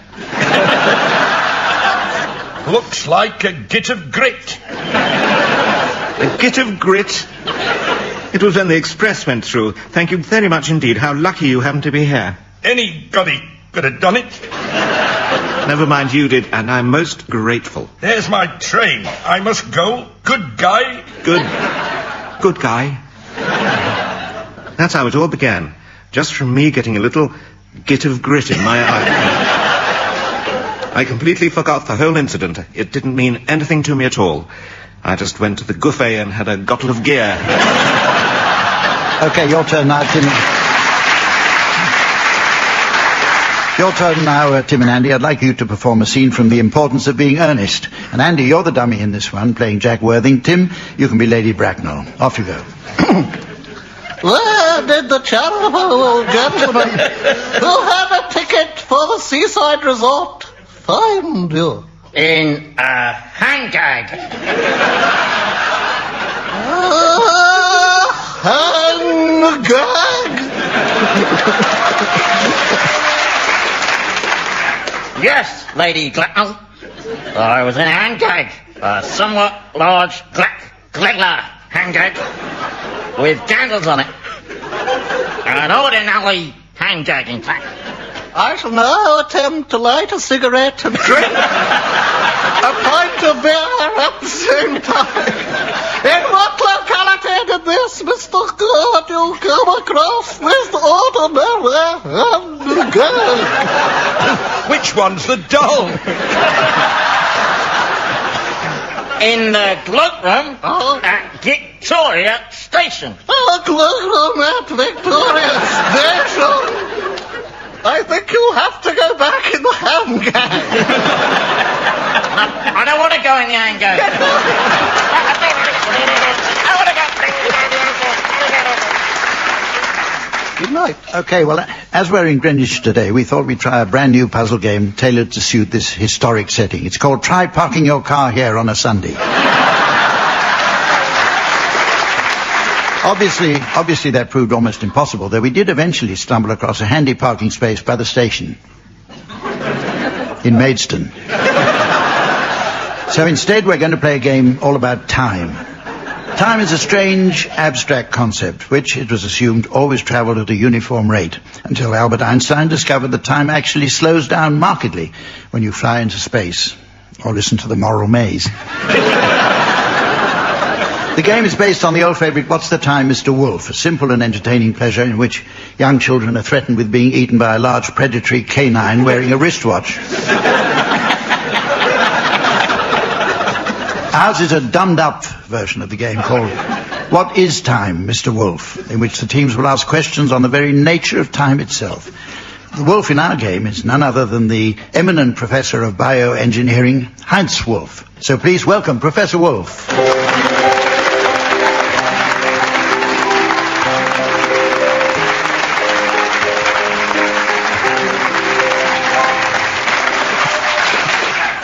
Now, Professor, may I call you Hans? Everybody else does. Okay. Oh, well, then I won't then, in that case. I'd like you, please, now to turn and face the wall here while the teams make their way to the other side of the room. Their job is to creep up on you, asking questions about the nature of time as they go. Your job is to catch and eat them. Is that clear? It's been a long time since lunch. Well, I'm glad of that. Okay, off you go, teams. What time was a hit for Rolf Harris, Professor Wolf? Timey kangaroo dance sport. I can't do the Australian, really. Not sure you can do the German. Das kann ich bestimmt tun. Professor Wolf, was it Christopher Isherwood who said, "We live in stirring times"? No, that was Delia Smith. At what time of the clock is it advisable to rock, Professor Wolf? Well, at 4-hour intervals. After 1, 2, 3 o'clock, 4 o'clock would be a good time to rock. Then wait past 5, 6, 7 o'clock until 8 o'clock to rock.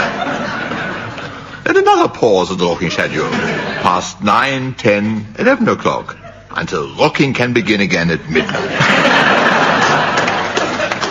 What was the Times compilation that featured famous highs and lows in the life of the popular broadsheet, Professor Wolf? It was the best of times, the worst of times.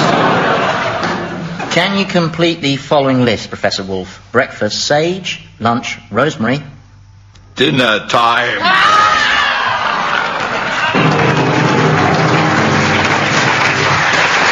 Professor Wolf.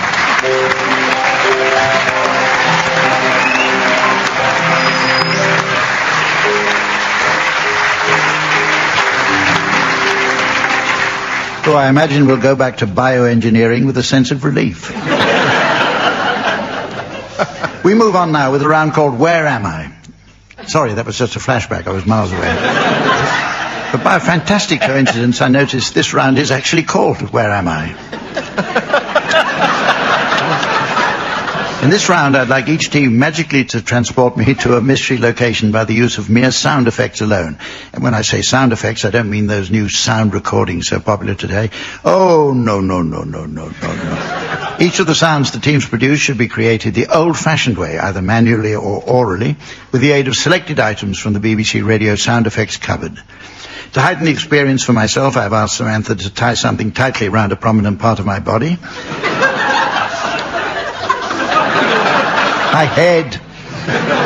It's this blindfold. I shall attempt to describe where I am by carefully listening to the sounds the teams produce. And if I'm right, they'll score points. Okay, we'll start with you, Graham and Barry. If you'd like to begin painting your sound landscape, I shall tell you where I think I am.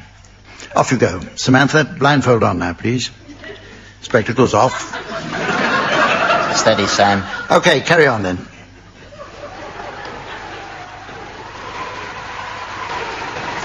Wind. I'm outside the Euthanasia Curry House in Blissett Street. No, I'm not. I'm in the driving seat of a pony cart, which is racing a train. Now, where would that be? There's a sheep there. A sheep and an owl. Good God. No. Ah! I was right. I'm outside the Euthanasia Curry House. Well, Graham and Barry, tell me where I am. Tell me where I am, because I'm lost. Chicago. I see. Yes. Why? The Windy City. Windy. Oh, yeah. That was the good. Yes. Your turn now, Tim and Andy. Will you start creating your sound location for me, please? Right, A 1, a 2, a 1, 2, 3, 4.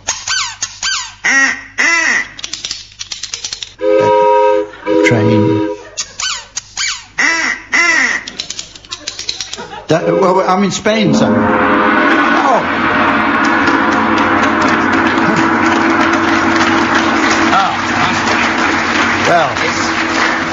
Let's go and eat.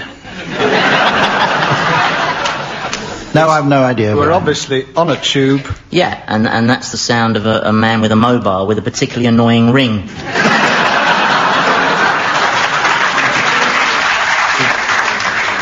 They say you should always quit while you're ahead, so let's carry on with the next round, which I see is called Stars in Their Ears. This was adapted to suit the teams from TV's Stars in Their Eyes, where ordinary people of limited talent pretend to be famous celebrities.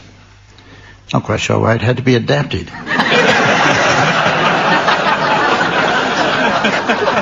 The teams will each sing a song in the style of a fabulous showbiz talent, while Colin Sell will play the piano in the corner. Actually, when music experts hear Colin's compositions, they often say he could have been another Berlin Porter or anybody else employed by the German State Railway. Barry, we're going to start with you. Your song is A, You're Adorable. Who will you be singing it as? Tonight, Humph, I will go into the dry ice and re-emerge as Murray Walker.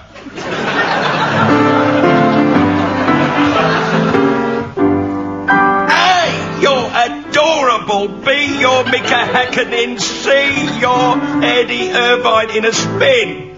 D, you're Damon Hill. E, you're an espadrille. And F, it's a Ferrari. No, it's a McLaren. G, you look good. Keep up, Colin. D, you look good to me. H, you're Hill. No, Coulthard. I, you're the one I idolise. J, we're like Jack and Jill. No, it's Jill followed by Jack. K, you're so miserable. Who was that? Hell, it's the love light in your eyes. Over to Martin.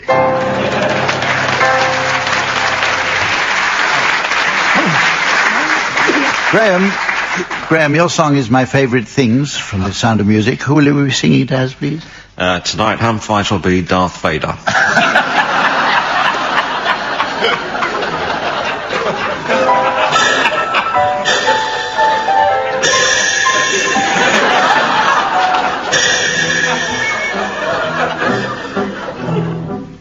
Raindrops on roses, and whiskers on kittens, bright copper kettles and warm woolen mittens, brown paper packages wrapped up with strings. These are a few of my favourite things.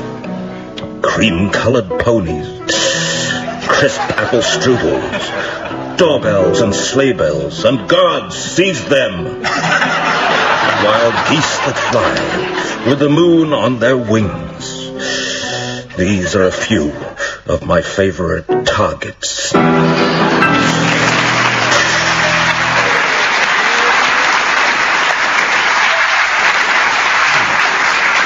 finally, Andy, your song is Old Man River. Who have you chosen to impersonate for this one?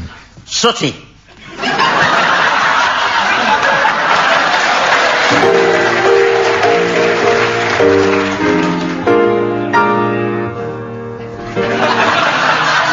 What's that, Sooty? Old Man River. He must know something. He doesn't say nothing, that's nice. He just keeps rolling. He just keeps on. He just keeps on rolling along, ladies and gentlemen. That's what Sooty's telling me. What's that? He don't plant taters. Them is soon forgotten. But Old Man River, he soon forgotten. Now, mate, have you been drinking again? Just keeps rolling along. Yes. Isn't that nice? What's that? You and me, we sweat and strain. Body all aching and racked with pain. Let's bring in Sweep, shall we, Sooty? Do you want to do a solo, Sweep? Okay, away you go. Oh, that's lovely, Sweep. Isn't that nice, Sooty? All together now. What do you mean? What do you mean you don't think Sweep should do any more, Sooty? Now, Sooty, don't be naughty. Don't be Sooty. Bye-bye, everybody. Bye-bye.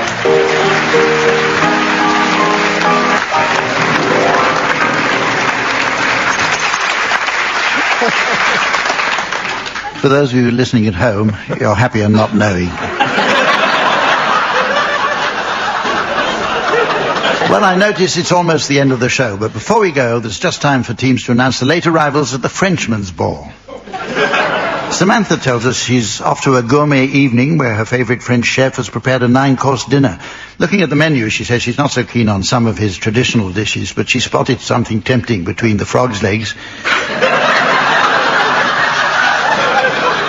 and the bœuf en croûte, which also looks nice. Who wants to start? Tim. Will you welcome, please, Mr. and Mrs. Alouetta and their son, John T. Alouetta. Welcome, please, Mr. and Mrs. Fembargo.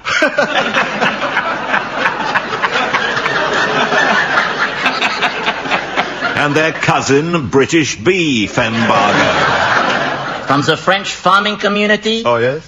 Madame leads into the cattle trough, and Monsieur leads into the cattle trough.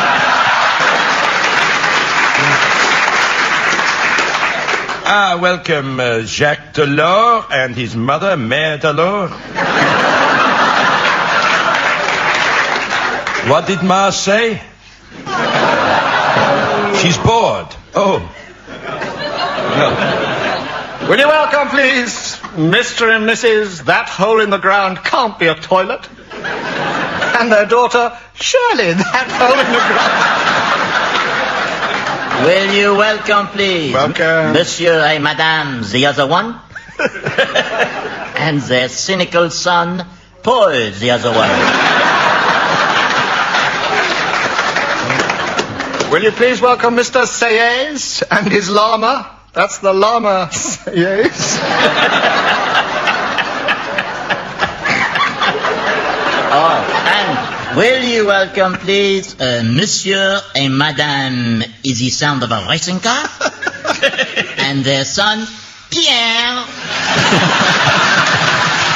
is the sound of a racing car.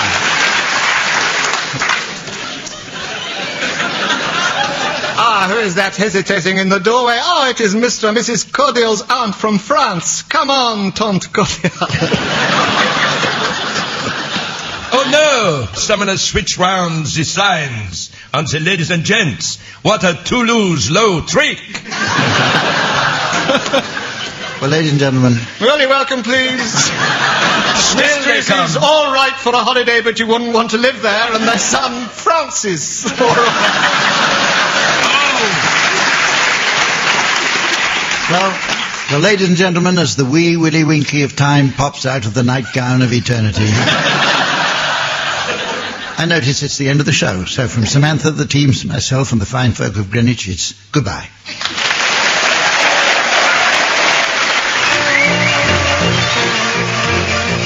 Graham Garden, Tim Brooke-Taylor, Barry Cryer and Andy Hamilton have been given silly things to do by Humphrey Littleton, Colin Sell setting some of them to music.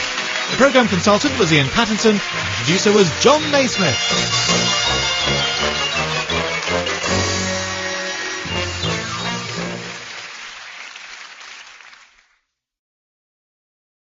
At the piano is Colin Sell and your chairman is Humphrey Littleton.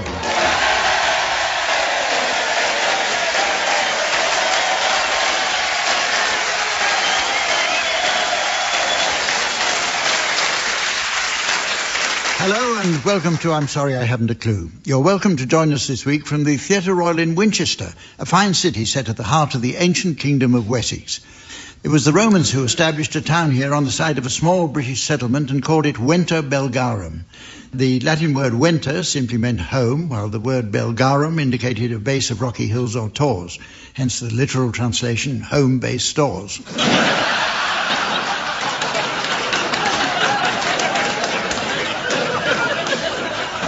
With the withdrawal of the Romans, the town went into decline until revived as a Saxon stronghold to fend off the Vikings.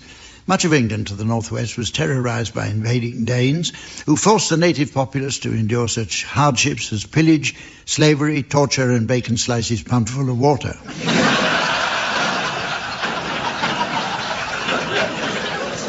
With the building of the cathedral, the city became a venue for royal weddings. In 1002, Emma, the daughter of the Duke of Normandy, came here to marry Ethelred the Unready, who used the occasion to launch his unsuccessful range of torch batteries.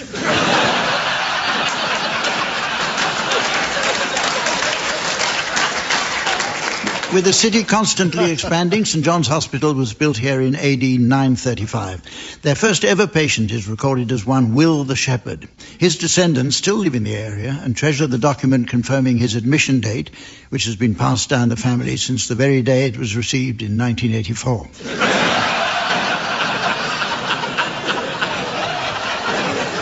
St John's is believed to be the oldest medieval hospital in Britain. The NHS recently began a modernisation programme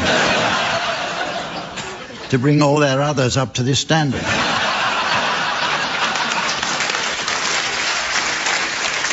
Well, it's now time to meet the teams, and this week we have 4 comedians off the television.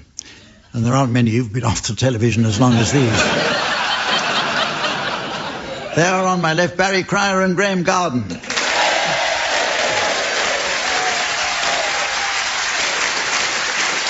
And on my right, Tim Brooke-Taylor and Sandy Toxvig.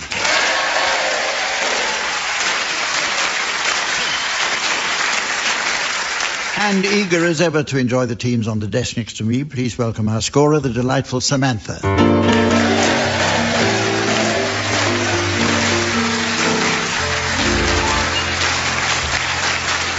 Okay, we kick off with a round that's all about sequels to famous movies. The sequel is a well-known device designed to build upon the qualities of an established formula, and this was even tried with a once popular Wiley show called I'm Sorry, I'll Read That Again.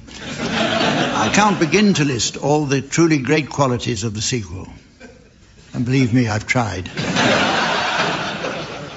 Rarely does the second version live up to the standard set by the original, so teams, I'd like you please to reverse the trend by suggesting titles of more exciting and expensive versions of the originals. Barry, you can start. Death of a Sales Force. Graham? 2 Flew Over the Cuckoo's Nest. Tim? Louisa May Alcott's Big, Big Women. Just a dream I had. Sandy? 39 Steps with Deluxe Stanner Stairlift. Conan the Aesthete.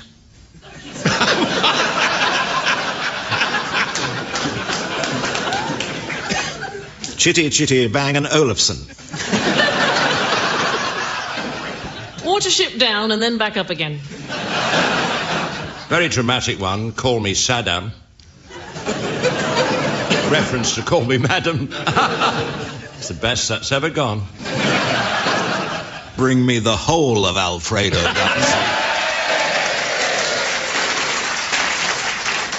Dickens' completely unrealistic expectations. Harry Potter and Sharon Stone.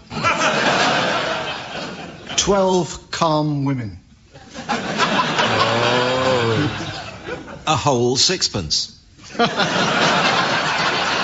That's sweet. Conan the Governor.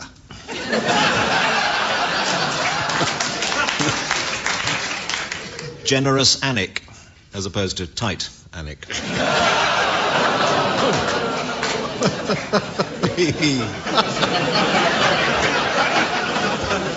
Gorillas in the Mist, with slight occlusion from the west, but brightening later. I'm going to ask the teams to sing for us now. Oh, no. In the round called One Song to the Tune of Another. Now, this isn't a concept that's at all difficult to grasp, teams, as the basic construction of a song mirrors almost exactly that of a spacecraft. The tune is just like a rocket motor driving the capsule, or words, up through the stratosphere and out of the Earth's ecliptic orbit, and once free of gravitational pull, the two can be separated, just as the words can be removed from the song and set to a different tune, or, in the case of the capsule, can dock with another space vehicle. Personally, I've never seen the point of space travel. Oh, yes, you can point to all the spin-off benefits, such as non-stick digital watches and a barrow that writes upside down. Well, what's the point of that anyway? If you want to write upside down, just turn the page round when you've finished. Of course, they proved the moon has 0 atmosphere, but Swindon has 0 atmosphere.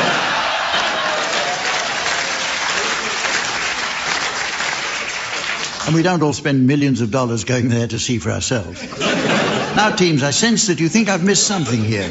Yes, what about the black hole, that strange area of space that's so densely compressed it absorbs everything that goes near it? How does that fit in? A body that is both dense and sucks.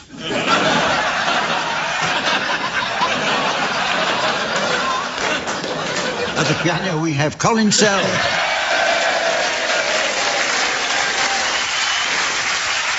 OK, we'll start with you, Barry. Would you please sing the words of Mac the Knife to the tune of Land of Hope and Glory?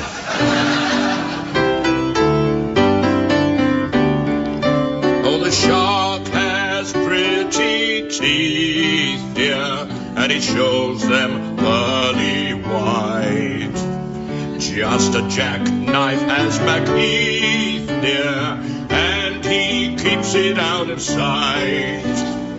When the shark bites with his teeth, dear, scarlet billows start to spread.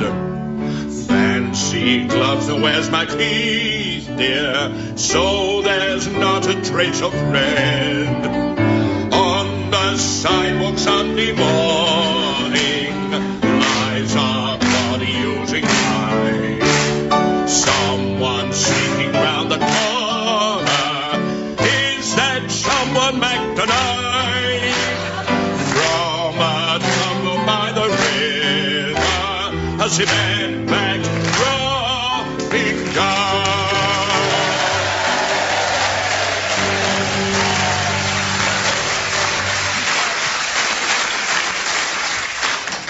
You now, Sandy, would you please... I'm going to say that again to sound less eager. Would you...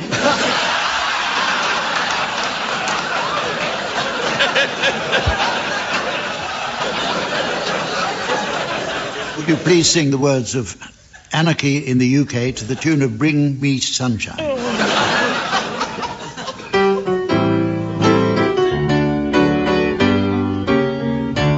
I'm an antichrist. I'm an anarchist. Don't know what I want, but I know how to get it. I want to destroy the passerby, 'cause I want to be anarchy. No dog's body in the city, it's the only way to be. Is this the MPLA? I thought it was the UK, or just another country, another council tenancy. I want to be an anarchist, get pissed and destroy. I'm an antichrist, I'm an anarchist.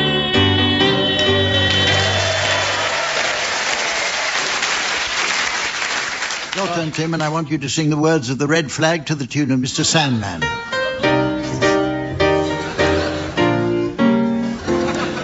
The people's flag is deepest red.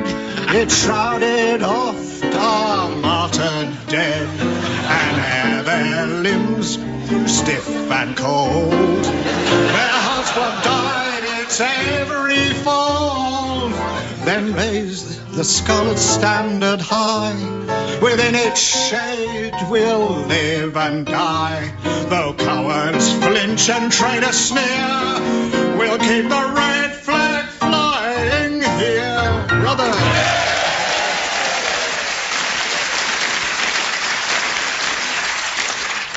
And I'm so overcome by these two words that I very often can't say them at all.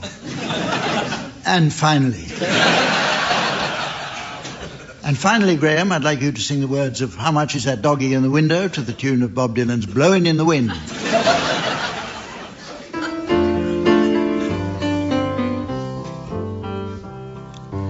How much is that doggy in the window? Woof, woof. The one with the waggly tail. How much is that doggy in the window? Woof, woof. I do hope that dog is for sale. I don't want a bunny or a kitty. I don't want a parrot that talks. I don't want a bowl of little fishes.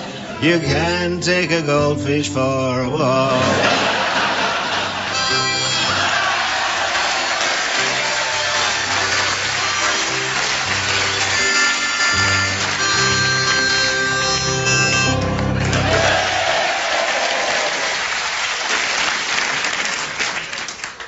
Sheer pleasure. That's 3 across done.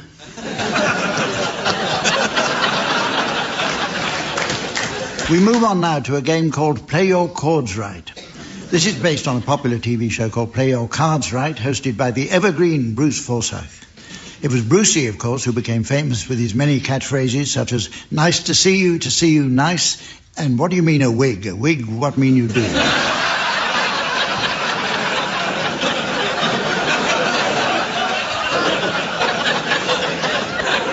Now, in Play Your Chords Right, Colin Sell will play the first note of a certain piece of classical music, and the team's task will be to judge whether the next note is higher or lower. The team guessing correctly will get to answer a question about Winchester College. We've chosen that subject as not only are we in Winchester this week, but also the school was attended by our very own Tim Brooke-Taylor.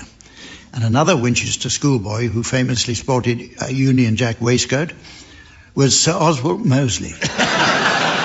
However, Mosley was suspended for growing a small bristly moustache, clearly copying his hero, that notorious fascist, the school matron.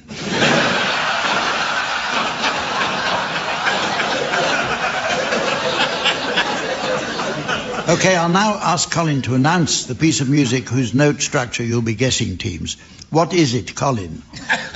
It's the Kusswalzer, Opus 400, by Johann Strauss II. Not again. Okay, will you please play the first note of this piece for us now, Colin? Yes, sir. Okay, we'll start with you, Barry and Graham. Is the next note higher or lower than the first? Higher. Higher. Say higher. Okay, Colin, now. Can we have the second note, please? Here's the first note. Yes. Here's the second note. Yes. Okay, the first question. Under what circumstances might one Winchester schoolboy remark to another, that spree sweater is lobbing because I've jockeyed his suction?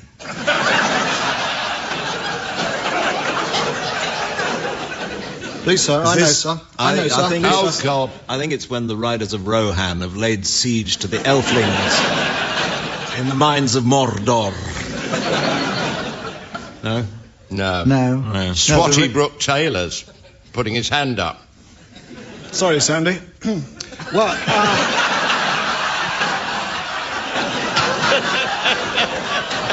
What's... Sanders, you didn't notice.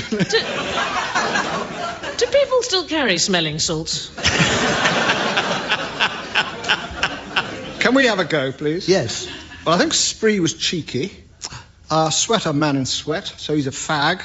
He's lobbing, he's crying, because I've stolen, which is jockeying his sweets. Is that right? It is pretty well, yes. Confiscated is the word here.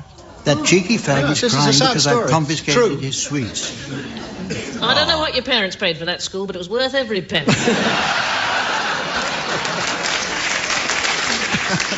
Now, Colin, can you give us a roundup of what you've played so far?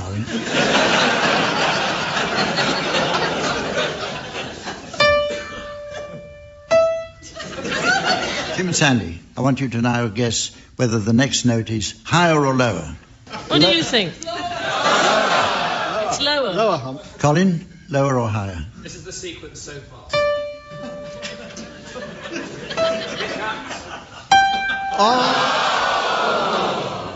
Right. Thanks So a the lot. Next question. Next question is for you, Barry and Graham.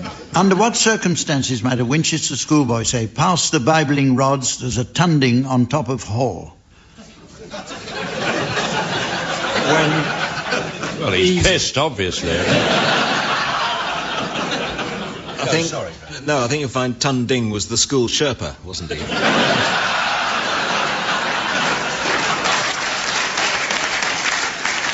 And they've used the Bibling rods to get him down.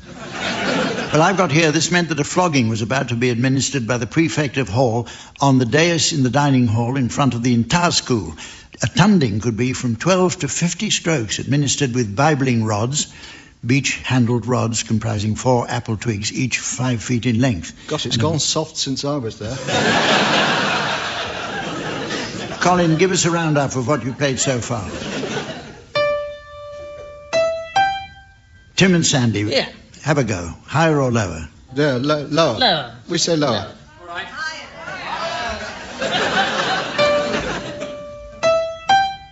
Here it is. We don't really want the question. That's the trouble. Can I just say the sweetest thing that you may not be able to see in the audience is that when each time Colin's doing that, he's beating time with his foot as if it really mattered.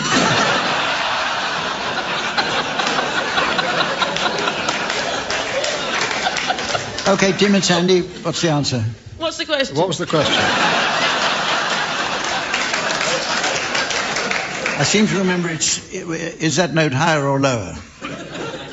And we got that one right. We've done that bit. Yeah. It was lower. It was lower, and now you give us a question. And then you have a nice cup of tea. Next question coming up, Tim and Sandy. How might sporting an erection in the chamber afford a Winchester boy a little more privacy? Anybody got the answer to that? Anybody? Well, it would keep the other boys at least 7 inches further away. Absolutely right. Thank you very much. According to the Book of Winchester slang, to sport an erection meant to place a light bookshelf on the outside edge of one's slab, thus partly shutting off oneself from the rest of the chamber. What a load of codswallop. Now... So what did you say at Eton, then? I can't remember. Good night, nurse. I was only there for one afternoon.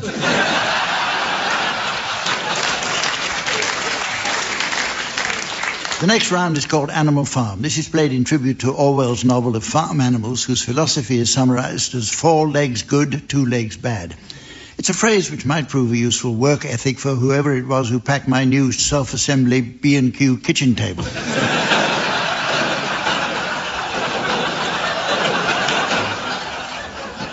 In our version of Animal Farm, each team will tell an animal-related story, while the other will be required to provide the appropriate sound effect.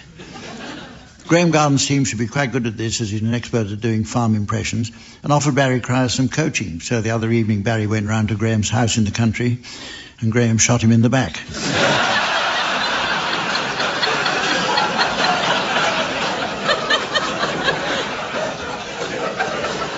Teams should keep telling their stories until they hear this.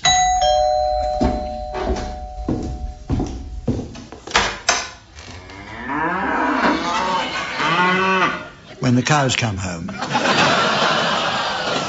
Okay, will you start telling your animal-related story for us now, Barry and Graham? Have the cows forgotten their keys?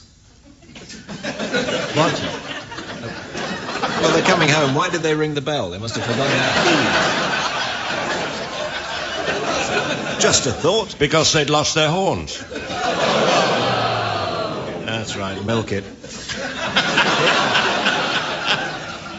Barry and Graham. Yes. Start telling your story, please.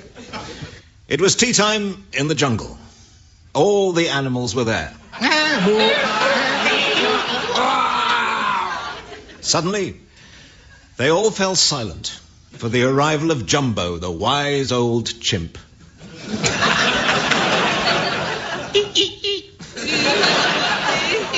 Is that right? That's beautiful. Graham? Yes, perfect. You passed that, did you? Immaculate. Yeah. No complaints there. Yeah. Go on, then. It was the hyena who broke the silence. They laugh.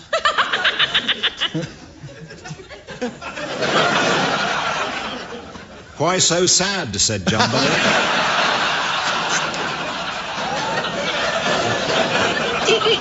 Before he could answer, there came the eerie howl of the unicorn. Oh! You've never heard one, be honest. The frogs flew into a panic.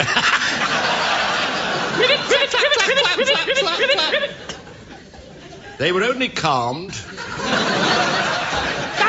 by the arrival of Conan, the caterpillar.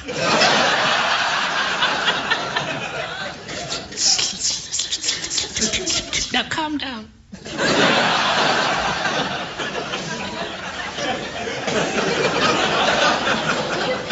I had had no idea you gave such good caterpillar. That was... I know. By now, the party was in full swing. The leopard danced with the wasp.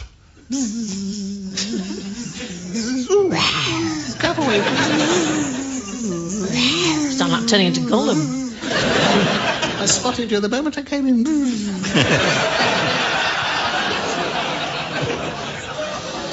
I give it 3 weeks. Yeah. While the hippos attacked the food. Charge! The end.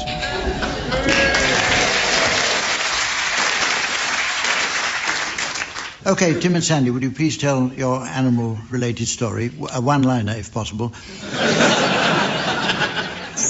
for Barry and Graham to make animal noises too. A horse went into a pub with a mole on its back.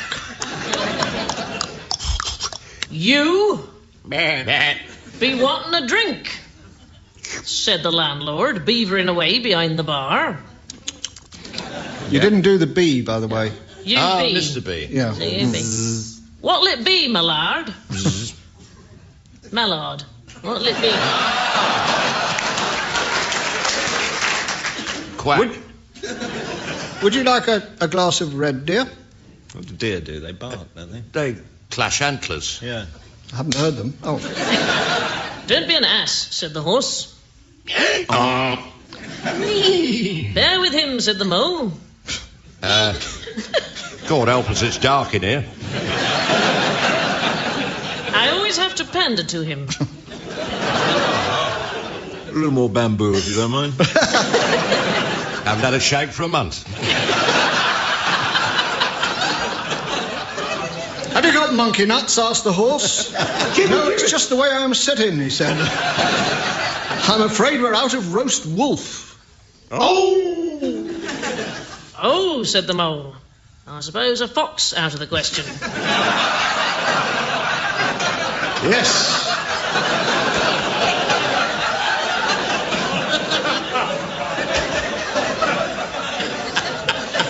Yes, it's out of the question. Oh, bullocks.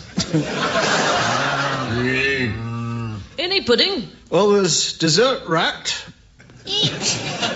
Or, if you want a pig out, chocolate mousse. Duck! Shouted the mole.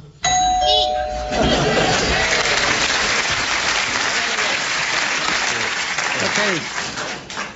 I notice it's very nearly the end of the show, but there's just time to squeeze in a round of Russian songbook. Samantha is off on a dinner date with a gentleman friend from Moscow who's brought over a variety of caviars and a rare vodka-based aperitif. She says he's going to offer her delicious food in his hotel room and then lick her out on the balcony.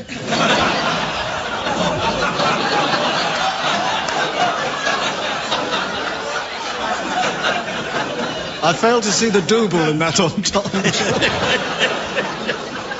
So while she nips out to enjoy that, I'd like the teams to suggest titles of songs that might appeal to an audience from Russia and other former members of the Soviet bloc. Graham, will you start, please? When you wish upon a Tsar. Hey, I'm Lenin on a lamppost at the Every breath you take by the Politburo. Check, check, check, check, check off. Write a little pay for me. The funky Chechen. I belong to Glasnost. Cry me a river. I'm Catherine the Great, I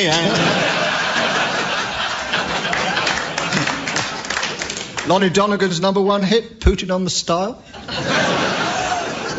No Soviets by Edith Kiev.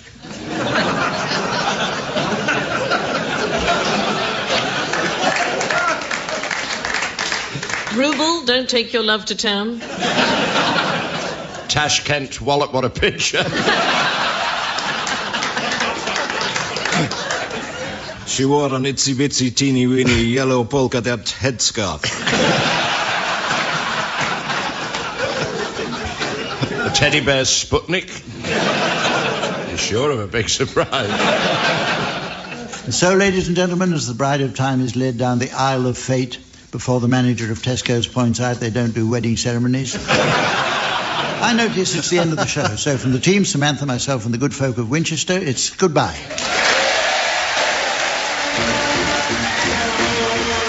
Barry Cryer, Graham Garden, Sandy Toksvig and Tim Brooke-Taylor have been given silly things to do by Humphrey Littleton, with Colin Sell setting some of them to music. The programme consultant was Ian Pattinson and the producer was John Naismith.